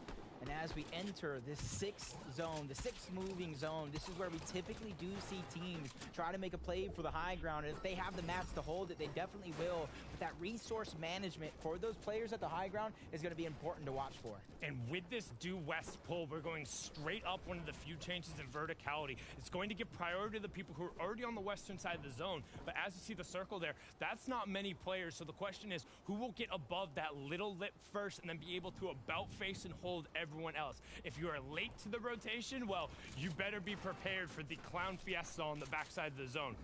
That's why it's very, very important that you're very proactive with your information gathering, how to make that rotation in, who's using the launch pad, who can I recycle, who can I go ahead and use those builds to get an easier travel. You see everybody launching through the sky, using the same launch pad, forcing out their own. You see her going back in towards the storm. So is Kadenox taking the damage. He does have a chance to outrun it though. Trying to see.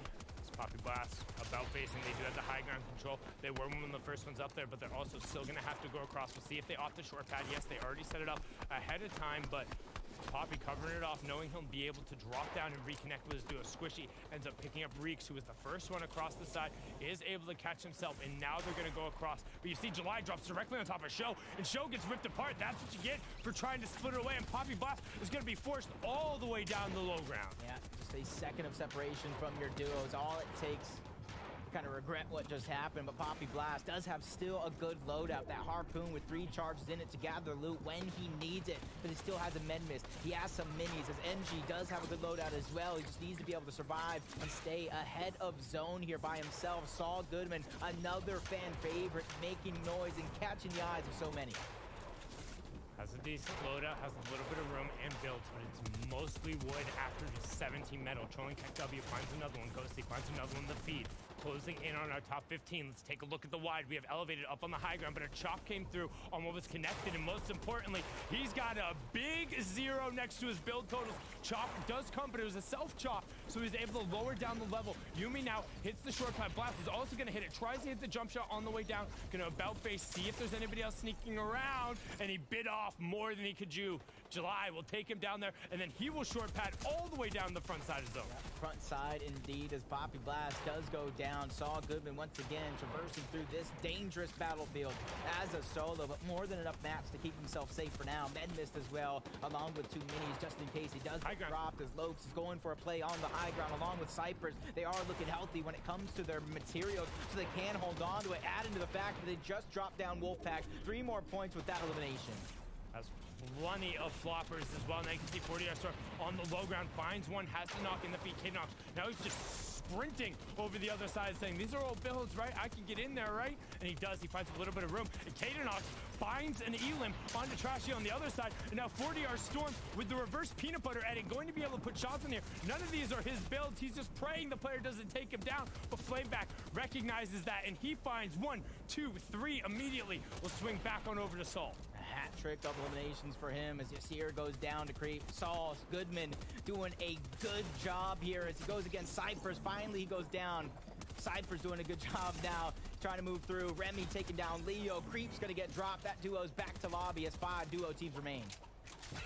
See 5 duos still up. We got 2 solo riders out there. Everyone has a partner. Yumi eats a huge blast. Flameback putting down the damage. Ghosty has the legendary striker pump, looking for the shots, looking to see do they utilize the chunk splashes. Now the top themselves back up. He's holding his builds out, but he doesn't have any as Ghosty just jams that burst rifle into his opponent and pulls the trigger.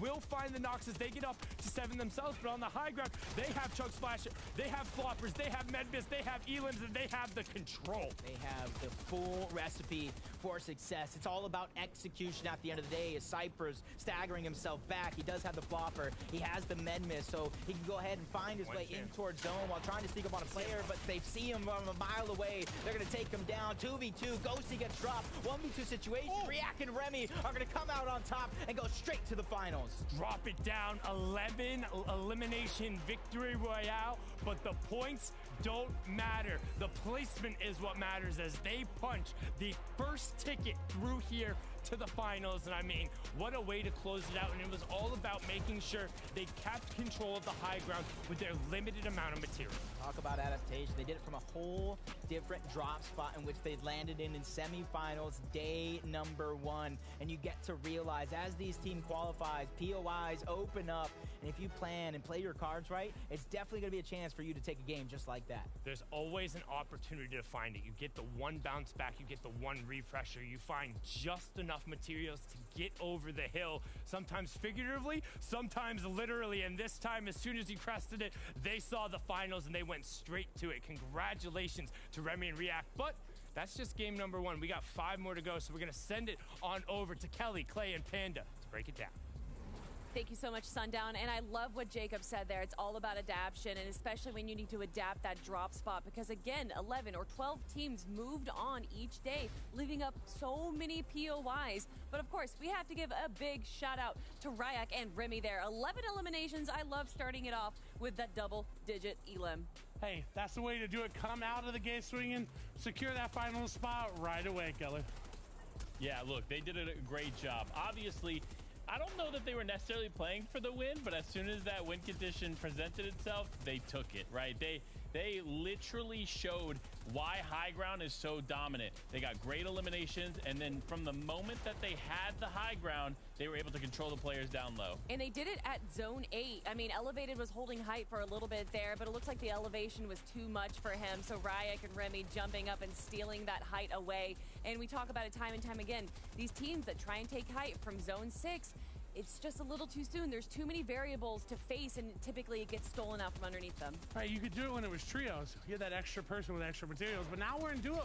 You've got 150 less materials overall throughout the game to work with, and a lot of players are still going back to that. But look at that final elim. It just looks so great. Again, congratulations for winning that game. I also just love the loadout there, that they made sure that they had floppers as well, because you never really know how these games are going to end, whether it's stealing height, whether it's holding the low ground, whether it's going to be a 1v, 1v1, 2v2, and then, of course, the heal off potential. So they pretty much had the whole situation set there. But let's take a quick look at our leaderboard right now. Locks and Cyphers with 53 points, but right behind them, Flameback and Ghosty. Yumi and Squishy are going to be holding it out in 3rd. Leo Creep in 4th place. Of course, EXC and Talking Ben going to be in 5th place right there. And then in that 6th place spot, it's Vax and Ghana, and that's where you want to be, chat. The top 6 are going to move forward to the finals next week. But we have to take a quick look at Flameback right now, because there was some incredible plays there, Panda.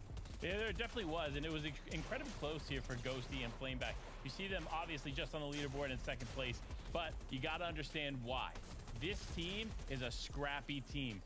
Despite being at disadvantages in different moments here in the end game, they still came out to work, and they played very well together. You see them box to box here and just trying to focus these players around. And there it is, the armored wall play. I know Clay loves the armored wall, but I'll say this. Without that armored wall there, they could have potentially went down a little sooner. So great awareness from them to be able to defend in that moment and then ultimately walk away with several eliminations and the 2nd place. Yeah, I love the armored wall because it's the ultimate denial, right?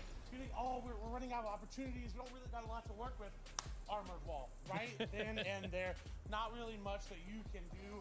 As we're taking a look here at that leaderboard, Kelly, I just want to take a look at team number 10 right there. Nigel and Angel doing really well. That's your pick, and I love to see them doing well. Of course, we also have Wolfpack and Paulo in 9th place, and then Trolling Keck and Reform in 8th, and then 7th place, that team just on the cusp, just on the edge there. In 7th is Amp and July. But that's just game number 1, everyone. We still have 5 more games to go here, and it feels like it's deja vu. But you know what? When it comes to Fortnite, I am all for the action. And guys, game number 2 is going to be starting in just a moment. But before we can get into that, great teams going to be competing today. Who do you want to get the VR in game number 2? Don't say your team that you picked. Okay, can't say a team I picked. All right, K-Nox 40 Storm. I want to see them get that victory royale. They're playing so well already, putting up a lot of points, and you want to see them. Listen, I'm going to have to say Leo and Creep finishing in the top 6 here. This is a very special team. We love Leo. We love Creep here on the NA West region. And so to see them be so successful is pretty exciting, to be honest. I know we talk about them all the time, but they are truly an incredible team, and I'm glad they're getting showcased here today. Not only getting showcased, but also getting that much needed practice. These teams that are able to play in days 1 and 2, now competing in day number 3, have 12 games under their belt in just the last 2 days right now. And more importantly, that practice going into the finals. So let's say they get into the finals. What are they going to be doing over the next week to make sure that they can solidify a top spot? Oh, they got to be VOD reviewing, and they got to be hopping into those scrims. If they're not doing that, then they're not going to compete well. So, let's say that there's some new players watching right now, and they don't even really know what VOD reviewing is. What are you supposed to be paying attention to while you're doing that? So 2 tips to VOD reviewing. Number 1, the thing you're going to pay attention to is genuinely the mistakes that you may make. However, when you're solo VOD reviewing, sometimes you overlook key elements to why you weren't necessarily successful in a game. So that's why I always recommend, if you are going to VOD review with a third party. Pick a friend, right? Pick somebody else from the Fortnite community to help you go through that, because realistically, you're not always going to catch everything as a solo or even a duo VOD reviewing together. No, I love that objective eye. And also something that I heard a pro player say once is that always blame yourself. Even if you know it's not your fault, by blaming yourself, you're allowing to look at yourself objectively. Being able to be critical of yourself is a huge part about being a pro player and making those improvements in the game. Speaking about making improvements in the game, Panda, was there any teams there that you saw that you're hoping maybe changes up, maybe a new POI, maybe some different loadout items? I may be saying somebody else's pick here, but Nigel Angel, I want to see them continue to be successful, and it's a great start so far. Definitely Nigel and Angel have a possibility of getting that VR in game number 2, but so do all the other teams, everyone. So with all that being said, let's head on back to the casters. It's Jacob and Sundown. Game number 2, and our analyst broke it down perfect. Practice makes perfect, and what you do with your spare time is entirely up to you, but if you want to be a champion, you got to put every single ounce of what you got into it. And while practice makes perfect, it also has to be efficient practice. Like they said, you have to know what you're looking for. You have to be able to accept a little bit of criticism, whether it's your duo giving it to you or whether you're able to apply it to yourself, because that's how you grow. You got to be able to look at that and be able to apply the improvements. But first, in order to do that, you have to recognize your mistakes. With that being said, we have 5 games left to go, and there's not a whole lot of room for mistakes left, so let's get to it. Game number 2 is underway.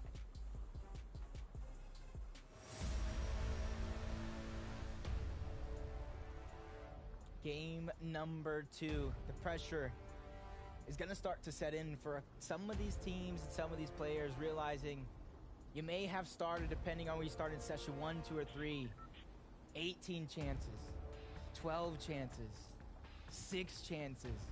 Now it's down to just 5 to make the finals here. Whether it's consistency or getting that victory royale, they are going to be tested. And don't forget, our top 6 afterward will be going through as well. But if you don't advance to next weekend, that is it for your Chapter 3 Season 2 FNCS.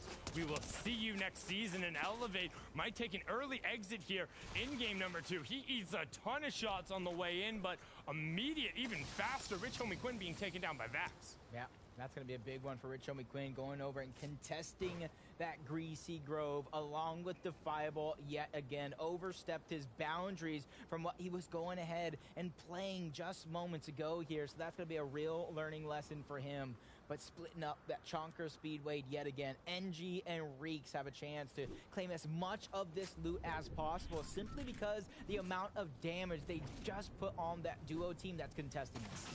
And it looked like NG and Reeks had a great opportunity there when we got into the first move, and we talked about whoever kind of was able to claim the top of the hill would have a good opportunity to then kind of advance their score further. Unfortunately, that didn't end up coming to fruition, but right now, a contestation everybody knows about. It's generally one over at Coney, and there's one over at Greasy, and Polar Bear and Taco Boy are on the opposite side of Squid and Lizard. Yep. Like I said, these teams, they barely edged through just to make it to the semifinals here in session number 3. and it was while contesting Arkham and Epic, and one of the greatest runs, and it took me a little bit to kind of get that prediction right, but I definitely got it at the end of the day. But that is a hard fought battle, and that kind of allows them to kind of get a little bit more game plan, a little more chemistry, and work towards Coney Crossroads, because when you already go up against the best at a certain POI, and then they leave and another team goes there that might not know it as well, you're easily able to push them out, just like you saw. And it's something we've seen, honestly. I thought it was a little bold of you to pick Arkham and Epic Whale so early, because I feel like the past couple FNCSs, they've been using these round 4s, even sometimes the round 3s, to just game plan and strategize. They know, like, hey, at some point we can turn it all on, we'll be able to put it together, if not be in the top 6, then just outright win a match. But they got so many extra reps out of that, and I'm sure they'll be a little happy with it. However, Arkham was kind of vocally like, maybe I need to play a bit more. That could be that helps generally, yeah, right? A little bit, a couple more practice, because we're talking about it makes perfect. But in days like this, where you have 6 straight games, when the finals happens, you have 12 games split out to 2 different days, you have to realize it's a marathon. It's not a race. You can't get winded sprinting in game number 1. You have to be able to catch your breath in these moments. And you have to know, honestly, especially in a game as volatile as Fortnite Battle Royale, nothing is going to be perfect. You're going to win situations that you shouldn't. You're going to lose situations that you shouldn't. But it's about how you adapt and face that adversity. Battle Royale? Battle Royale. I mean, we're leaving the cheese off of the size, but it's the Royale, baby. It's all good. No, it's all fun. As we see Blizzard and see Winter looking for a little bit of space here over in the Joneses now. We do have a southern pole, so they're very close to where the next zone is. The thing is, you kind of have to take this fight because you can't rotate right in front of these. It's also important to note that they have a duo above them and a duo below them. Yep, already getting a little bit more active, but that's no strange thing to this side of the map.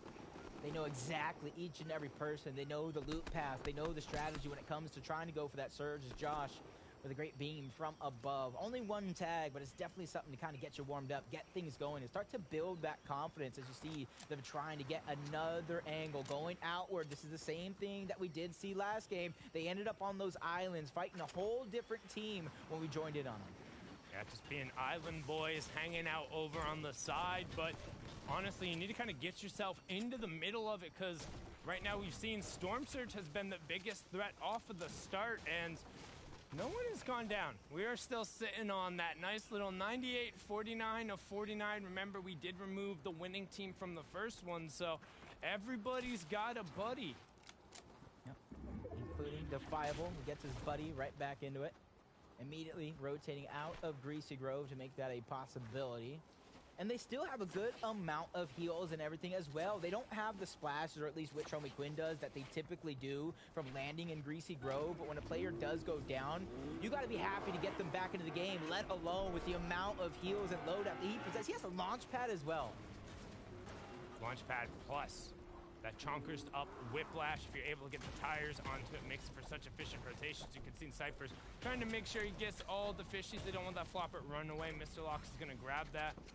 We'll pop that right off of the bat, and you can see they're already occupying a little bit of this command cavern space where so many teams rotate through. Yep, one of the most active battlegrounds, command cavern through all the regions, but it's also, I could believe, one of the POIs that does net a good amount of the Victory Royale winners. We have a good amount of our people in West playing through Command Cavern, EU, and NAE. So if you're able to survive this chaotic fight right out of the initial, you could really set yourself up with everything. The great loadout, the surge, the high ground rotate with the cannon right on top. You get everything you want and more. Walkstar Two-Tone got caught out there just trying to be a little bit of a tadpole, saying, you can't see me, I'm not here, but able to find it as Canonox and 4DR Storm. They're posting up, investing a little bit of metal there, but they should be able to refarm it up if they need to. They are just south of Tilted Tower. It's going to put them on the primary rotation path if we keep pulling south with the current zone, as we should, but pretty far south with the first pull. Generally, when you see that, 9 times out of 10, you'll keep going south. There is sometimes you can bump back up to the north and stay central. And 4DR Storm and Canonox, they got plenty to do. There's the refarming I was talking about. Make sure they get that freaking metal into their inventories. Yep, and if you're having that feeling of deja vu, it's because they have this exact same strategy throughout the last game. They kind of loot the tilted towers, POI, grab as much of it as possible, and then they either go on one of the two mountains, the one that you see here that they're on, or the one just a little bit northwest where you see another team boxed up on that mountain just to get the surge. Like you said, it's a center location, center POI. It doesn't matter which zone actually pulls first. It could still net you a ton of damage through surge if you play your cards right. Let's Poppy Blast and show. Waiting in a bush. That's another sneaky way to get the shots. If your teammate boxes up, they don't necessarily always look in the bush, and that allows you to get the free tags without having to edit open a cover. There you can see Manila's has been downed over there on the side. Flame back. No, he's there trying to use the harpoon to get in. Wavy Jacob trying to fight defensively on the other side of it, and then gets caught. Somebody runs right through the foundation of that house. The broken building letting him through, but a good disengage from Wavy Jacob, but that's on Flameback's wall. Immediate wall replace. Will slam it down. You know he ran and was forced over to wood, but some shots over from the side, giving him a brief respite. And he's actually looking to take this as an opportunity to turn it back, and Flameback gets down. Ghosty with just 10 HP. The shots coming in from the side could do everything. Miles is going to be the one who gives Wavy Jacob enough room. He should be able to double back to Vanilla's now. Yep. That double revive coming out, using that third party as a huge distraction to try to keep their teammates in the game. But Ghosty, he cannot necessarily be that sung hero here because he has to worry about himself. 10 HP is absolutely nothing, but Flameback instantly dropping over those two floppers, making sure to get him in tip-top shape, allow him to heal, which would allow him to get the confidence to get that revive onto Flameback. And it does look like Vanilla's and Wavy Jacob are going to be able to get back up as well. Or at least I believe so. Tip-top on the clock, but they're not blowing any speakers up right there. They're just trying to get the revive in a little bit of space. As you've seen, very patient and slow game here from NA West. Very much similar to what we saw in game number 1, where nobody wants to fully invest into these fights thinking, hey, we get a couple tags, we should be good. The problem is, if everybody thinks that way, a couple tags is no longer enough, and that Storm Surge number gets artificially inflated up, where right now Noah W trying to fight what I thought was a 1v2, but it seems like he was able to get TG back up on his feet, and this is a 2v2v2, all within the same grid space. We see in the bottom right-hand corner, there's actually 4 duos right on top of each other, way away from the next zone. And then you have 3 more outside of that have the possibility of joining in on all the fun and action, either trying to steal away an elimination or trying to get that surge that they want, that they need, as Bo Crows knows it's not done just yet. He sees a couple players fall left, right, and center, and he's trying to take advantage of any players that might be standing not at full health and HP, but as he knows the players are getting out of this position, such few are left in this spot that it is going to slow down. And you already saw no W in Typical Gamer. They're like, we want nothing to do with the catacombs down here. We're leaving Paris. We're getting out of Dodge, and they're going to head straight to the center zone. And I love that call, because if you get bogged down in that fight, especially as I talked about, zone inertia still pulling down south, still going to the southeast, directly over where all of those Hoodoos are, the changes in verticality, you have to go early. If you don't and you're stuck fighting both Surge and the rotation, you are just in an awful spot. Yeah, especially that you're talking about if all those other players that rotated early take every high ground position, you kind of have to box up with low ground, and if you're down Surge, it's going to make it near impossible. So difficult for you to find the shots that you need, but as the zone begins to close, we cannot see every bit of the action, but our first place team right now, Cyphers and Lokes, you can see they're just hunting down that player that is left alive, and Cyphers just goes in by himself. But that's what happens when you take a 2v1. It allows you to bait and switch, go in and out, and use that overpowered mentality. Yeah, you're able to kind of just adjust based on your loadout, knowing that, hey, if one player dives in with a high rate of fire weapon, you can take what I call a fight of attrition, where you're like, I'm going to get knocked, I'm going to take some damage, but they're not going to be able to confirm it before you clean them up. Right, and that's the similar thing we see with the auto shotguns, with the Stinger and Striker SMGs. It doesn't matter. The high rate of fire weapons in a 2v1 generally are the play, because the only way they get beat is by the huge one-shot potential of the Striker pumps, and even then you can often offset them. But right now, wall-to-wall, 40R Storm, and Kaden on 61 above. Great wall replacement, 40R Storm. He's moving forward in the grid space every time. It did get him a harpoon, so now they have the option to potentially break a build. They also got the 3 med kits from that, so it gives them an additional option to try and heal this out. The one thing noting, though, no excess shields on Storm, and you have to think Kadenox doesn't have a 50 pot, maybe some minis on him because he's sitting below 50 shield. Yeah, right now, and you can see they're still trying to be proactive, like you said, box to box, trying to take away the pieces. 21 above the damage threshold. They have it in the back of their minds that they still need to find the shots, and because there's 3 teams here, nobody's really able to solidify that high ground, and there you have it. They fall below. They go right back above. Ping pong continues as Kadenox and 40R Storm are still looking for the shots that they need. You see on the right-hand side, Coexi Notorious will take out Chentex, and I love you a dunks. I also love my dunks on that side now, but we'll get a nice little replay in that regard as Notorious gets a great drop-down angle and the hip fire with that burst into the immediate swap. And Coexi did go down, but he was the one who was able to put in a lot of the work. Notorious living up to his name, finding the pair and puts him well above the Storm Surge threshold with 198 above now. We'll swing back on over 40R Storm. Kadenox, the 2 veterans, 20 below, but like we said, right on the threshold and also wall to wall with Physics and Sedna. Still. Locks down. Yep, Locks, that's first place. Cyphers might have to do it by himself unless he's still down as well. That could be something that's disastrous for the team and the consistency as they're trying to still break through the boxes, continuously falling below the damage threshold, but they have Wavy Jacob in their sights. They don't want to let him go. Possibly could be an individual as Vanillas is nowhere in sight, and the pieces, the time is running out, but he's still on the run, finding a way out, and you know as well as I do, if there's a will, there's a way. I mean, just cue the Benny Hill music. He's continuing to keep sprinting away, throwing walls back up behind him, knowing one shot could end up being the difference, but it looks like Kadenox might have been able to chase that player down. We heard somebody end up taking off. No, it's just the damage coming through, so they're going to keep ticking, and like we talked about, them having excess shields. There goes Kadenox popping into the supply of the minis. 40R Storm doesn't have any. Might need to drop them over, but with 52 below and still 7 duos who need to fall in this circumstance, they're going to go deep into their only utility they have. Is what, like 3 or 4 minis on either side and 3 medkits. They got to find shots like pronto. And the only team that was close enough, that was Sedna and Physics. They immediately get out of dodge. You talked about the audio indicators of Storm Surge. They heard it. They about face to get themselves a better spot. It might be at the edge of zone, but it's a much better position than so many other teams in the lobby. You should have listened to Sundown because now 40R Storm has to do it as an individual. And I mean, he doesn't necessarily have the time. We talk about this every time you take a mini, you're not shooting at someone. You can only gain back so much time. He's gonna get the edit down. He finds a huge shot, but was the connection enough? Looking at the right-hand side of the screen, it updates, and he's just barely above, so he gets just a whisper as Cyphers gets confirmed going down. That's our first place duo on the leaderboard, cleaned out before the first placement point coming through. Angel will also get a pair as we swing on over. Typical Gamer and Noah W. They're under threat from Storm Surge, but luckily for Typical Gamer, he goes down not via Surge, so there is still a reboot card in play potentially if they want to try and grab that, but Noah doesn't really have the time, the space, the resources, or the opportunity. As just 43 HP, 15 builds. He needs a lot here.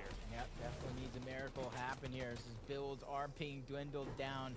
Doesn't have any consumables to kind of regenerate the heals, the HP, the shields, and that's where his story does come to an end. He does get dropped. Flameback Ghosty now sitting in second place, trying to move in towards the zone, get themselves a sweet spot, but looking back, they knew a player got dropped, and with that harpoon, they're going to get their spoils.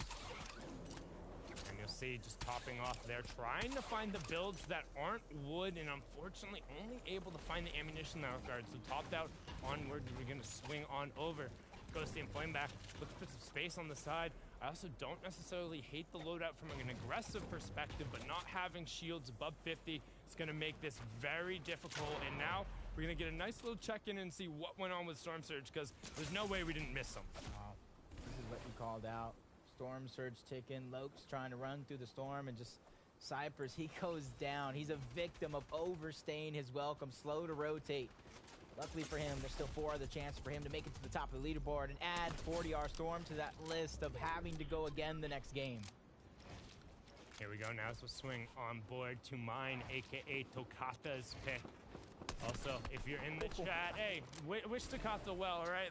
Make sure he gets back so we can see him here next week and he feels a little bit better. I don't mind filling in, but I also love listening to you and him. You guys have definitely grown as a duo throughout the course, as we can see right now. Exy and Trashy trying to find a beat on these players. Yep. peeking in, sitting center of center zone here. So they're not going to get the next pull, but they're going to be one of the teams that might have an easy rotation no matter where it does get sent. But will they make it there is going to be the big question as they're under siege. Flameback with just a sliver of HP. Mini's going to be popped, but not up to full shields. Launchpad is in the inventory of Ghosty, but he needs to be able to stay alive long enough to be able to use it for this next zone. You can't really launch this zone, though, unless you go to the opposite side. The issue is if you check the bottom right-hand corner, they're, like, within touching distance of it. The problem, there's already duos who occupy the top of that, and you're not going through this scrum in the mid-ground without at least taking some chip damage, and Flameback can't really afford that. Because of that little bit of high elevation in the northern eastern portion of the map, that's going to allow a couple teams to kind of sneak in underneath the mountain through some of those builds because of the different terrains that you do see there. Is Flameback 8 HP, 58 total effective shields and HP. Not something where he's going to feel very safe, but he knows the journey will continue with or without him in the lobby. 56 above the damage threshold. That's at least something they can set their hats on, but Flameback does go down. Ghosty trying to toss the body in, but he knows he cannot see a hero in this situation. He can only take what he can get as he tries to pop a shot from above. Edit's going to be closed as Ghosty now has to think of something else here. Building out, expanding a little deep here as he's looking like he might be able to turn back and get Flameback, but not opportunity. Is right out the window as he goes down. Yeah, they tried to full tarp their way in, but too many angles looking at him. This is what we talked about. The Hoodoos, the small on the bottom, large on the top, desert rock formations provide such a positional advantage for the teams who claim them early. The as zones continue to pull in. Anybody who's not there is forced to either burn hard mats, burn a launch pad, or just eat a ton of damage, and in some case, all the above, as now you can see Quinn Defiable just ripping shots towards the outside. There goes the launch pad, and he barely even gets it off before it's destroyed, and everyone is just raining shots towards the butt. A little bit of respite there as the shots get thrown back. Defiable and Quinn get back down. They will pop the shield keg as they're 15 below, and we need 3 duos to go down with 55 players. But Defiable finds some huge shots that should take them off it, and it does. And perfect opportunity to peek with the shield keg going down. That's going to allow you to trade off those shots, especially if you look at the rest of his inventory. Plenty of heals to go around as you see it's 5 below the damage threshold. Zone getting a far pull from where they're currently located along with everybody else on that north side. So even though they're still being terrorized by Surge, they're going to have a far rotate combined with that. Yeah, and there's only 3 duos who have already occupied themselves in the zone, so minus those 3 and maybe the little pink triangles above them, all the power positions have been taken. This is going to be a really tough rotate for everyone on the north and southern side, which is basically 85% of the lobby at this point. You can see Defiable and Quinn, they drop in, and that is all of their Chug Splashes and White Heels to just survive a 5 damage surge right now. They need to find the tags as they're one of 2 duos who are under pressure, and with open shots like this, you can't afford to miss. But as I say that, Storm Surge turns off, so they get a little bit of extra breathing room, a little bit of extra damage coming down from the 25 ticks, but they should be okay as we do see the Flu duo end up going down. We're into the top 25, which means cascading placement points, Defiable and Quinn, and the rotation transition into the end game as we have the full moving zones in 30 seconds. And just like you said, though, Storm Surge going off for now. And we say for now because it is going to pop back up again. And when that does, Rich Homie Quinn and Defiable will once again be forced to try to look for the surge damage. You pointed out no more chugs to go around. So it's down to minis. It's down to their big pots if they're going to try to out-heal it once more, which I don't recommend. This Physics Sedna have a little bit of that high ground. 5th zone, not moving just yet. And if you look at their maps, though, is this going to be healthy if they have a zone that kind of lets them take it? Yeah, you might be looking at their maps. I'm looking at their eliminations. They're sitting on 7, and there's still 25 duos up. That's a number and a half coming through there. They've only ended up having 3 placement points, but 21 points alone this game from Elims. You saw them struggle in game 1, where they're kicking the door down so far, trying to push themselves into that top 10 and onto the front page. And also, note, the zone is pulling back over to the northwest, back over the top of not 1, but 2 Hoodoos in that regard, and past Physics and Sedna. They're going to have a huge... Look at that. They've invested so many hard materials that everyone has to go past the guard tower. And for them, they can late rotate and still just make everybody's game that much harder, but they can try to hold the high ground as well. to try to reclaim a top spot on one of those mountains later on as you see the shots being fired off in every direction. Now looking backside of zone, shots continue. Physics landing a couple to stay above the damage threshold. 500, 600, 700. He continues to count these high numbers as he's putting down the damage, but not too many rotations. That's because he held on to the high ground until the very last moment, putting that launch pad down. They're high padding as well on the high ground, which gives them a max amount of pull using that launch pad. And you can see they're trying to connect to the next one. They're trying to skip over. They're saying, we want nothing to do with that down, up, valley, mountain stuff. We want to go straight to the next point. Might as well fly like the bird does, and they get there. Now we're hopping on board. Rich Quinn, you talked about the next surge potentially being a problem. No problem from them there, but he is a solo. He's trying to throw himself through the air. It will turn off here in a second, but the tarping is fantastic. He's found a great route, and now he has priority on zone. Yep, and then you talked about it. Launching through the sky, setting up physics. They get the connection from one high ground layer to the next in all metal. That can be hard to break, but Delta's trying to fall, but he gets the elimination. He will not break. He will not falter as they pick up a couple eliminations. Yes, sir, gets one of those. Lagana goes down. Eliminations going haywire right now as players in the lobby are getting dwindled left, right, and center. But this is the perfect time, waiting to the perfect moment to take high ground, just like it looks like they're trying to do. We're getting some more hoodoo voodoo going on here as we're pulling straight up another one. But Sedna is just putting up numbers, ripping them down. But speaking of ripping their Exy gets a great line of sight. He'll about face. He'll calm those numbers over to his teammate and let him know. And they're even going to slam down an armored wall, just cutting off that path, saying, hey, you got to go around. No entry this way. And look what's happening on the low ground. That's what I'm talking about. The hoodoo, the change in verticality. You have to get up, and you have to go up now. Rich Quinn takes a big shot, trying to get in towards the zone. Storm still doing wonders. No build. He's finally going to be able to squeak in. You called it. No builds to his name. 2 minis, but he's trying to fire back. Gets the siphon. Knows he cannot get it just yet, so he's continuing on with his journey with Storm just on his back. He cannot take more than 2 ticks as Nigel towards the backside. The siphon is going to be able to come in. Rich Quinn needed it, but he goes down. Huge flank from Yumi and Squishy in the Storm. And look at everyone just piling in around the backside, saying, hoping they can just get a little bit of a window, find a siphon they need on the backside of the zone, because we're pulling again down and back up. And what does this mean for the entire time? Sidna and his duo have been sitting up on the high ground, and they're like, this is nice. Back and forth pulls, nobody looking upward. As long as the 9th one doesn't go away from him, Physics and Sedna should book the second ticket. Yeah, and because of this back and forth 10 elim. It still has over 300 wood, but they're going to drop down, try to conserve some of those mats to give themselves that layer of separation later on in the game as Kevin lost his here early on, still trying to do it by himself. A couple eliminations, just like Yumi and Squishy. They found a perfect flank to stay alive this far. A little bit of space for Exiome on the side, off, out of the med kit. Does still have a lot of med miss, but needs some space. Only 5 builds. He has to pop both the minis and at least try and top off his HP. He is one of 2 duos still up. Otherwise, everyone has a partner. You can see Yumi underneath him, just trying to find a little bit of room. He has barely any HP, but Exy is looking to drop down and take advantage of the backside zone. He'll have a window here. Perfect time, waits for the moment. He can get it. He's gonna strike. Exy go ahead and gets the elimination. The siphon, the men miss is there, but he has to pop it now. It's the Storm is ticking in 13 HP. If he gets a moment to breathe, he can use it, get his HP back up, use the minis, get his shields back up as well. With only 3 teams remain here in this game, this is gonna come down to the wire, and this could send him directly to the finals if he plays his cards right. But it's important to note, only 13 builds, and eventually he will have to go up 8 more builds. You have Exy as one, but the duo up top, Physics and Sedna, are finally going to be pulled away from the high ground. It's the first time in forever. 1v1v2 to try and close it out. Can Exy find an opportunity? Can Kevin be able to do it? Who will clutch up? He finds the 1v1 and Kevin takes it 1v2, but the drop down and Sedna and Physics, they put a stamp on it. We had 11 elims in the first game, 12 elim victory route, a bunch of points pulled off the table.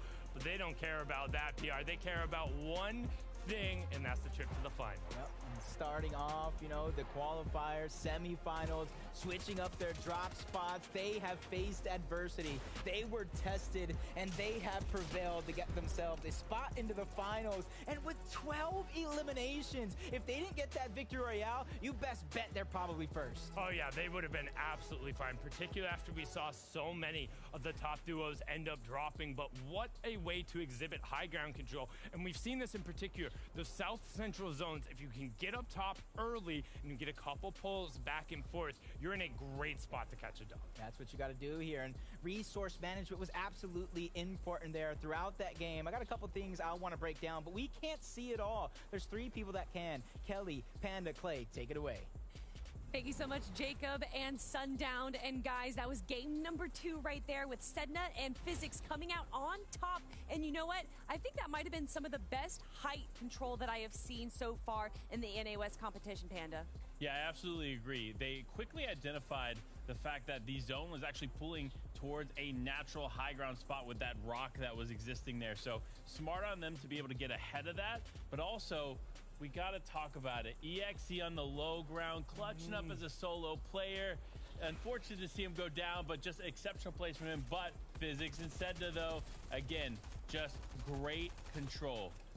Yeah, I mean, just take a look at that, right? They used that harpoon really early, and I think Cam called this out perfectly there. They used that launch pad early so that they did not have to worry about recycling materials and possibly getting taken out of high ground. But look at this zone 5 right here. They hold height, and we always say that that's a little too early to grab height. But they said, no, it's not. We got this with ease, grabbing so many eliminations from other players that are at least trying to attempt to steal it. But look at this also, the views that they have right here. Yeah, they did a good job here, like we've said before, just controlling the narrative of this game. They said, you know what? This is our story to tell, and we're going to take that place in the finals, Clay. That's what they wanted to do. Take a look at the final elims coming through. They did that perfectly, right? They let them take each other out on low ground and just secured the victory royale. That's really what you want to do. You don't want to leave it up to chance. Absolutely beautiful, and they're going to be joining Remy and Ryak in our finals next week. But guys, we still have 10 more teams that we need to find that are going to be joining them in the finals, because this is it. It's day 3, the final day, the final region, and 1 more or 4 more chances, I should say, because we got 4 more games to go. But we got some other great highlights as well for you guys. And I mean, just there were so many highlights in that play right there. So many solo clutches, of course. Yeah, look at Yumi and Squishy. They did really well. For a while, they ran out of builds pretty early on into Ace Zone. We're able to find some eliminations on the backside of it, and this is what's really going to propel them up into the top of the leaderboard. You see, they were currently sitting in first place right here during this game, but just look at that reaction time there by Yumi to get back with Squishy. Unfortunately, that's what causes them to go down eventually, not having that extra bad miss and being a little bit separated, but overall, great gameplay for them for just to stay up. Yeah, it really was. Squishy as a solo player here, trying to do everything that he can to continue to clutch up, try to take the VR. Unfortunately, just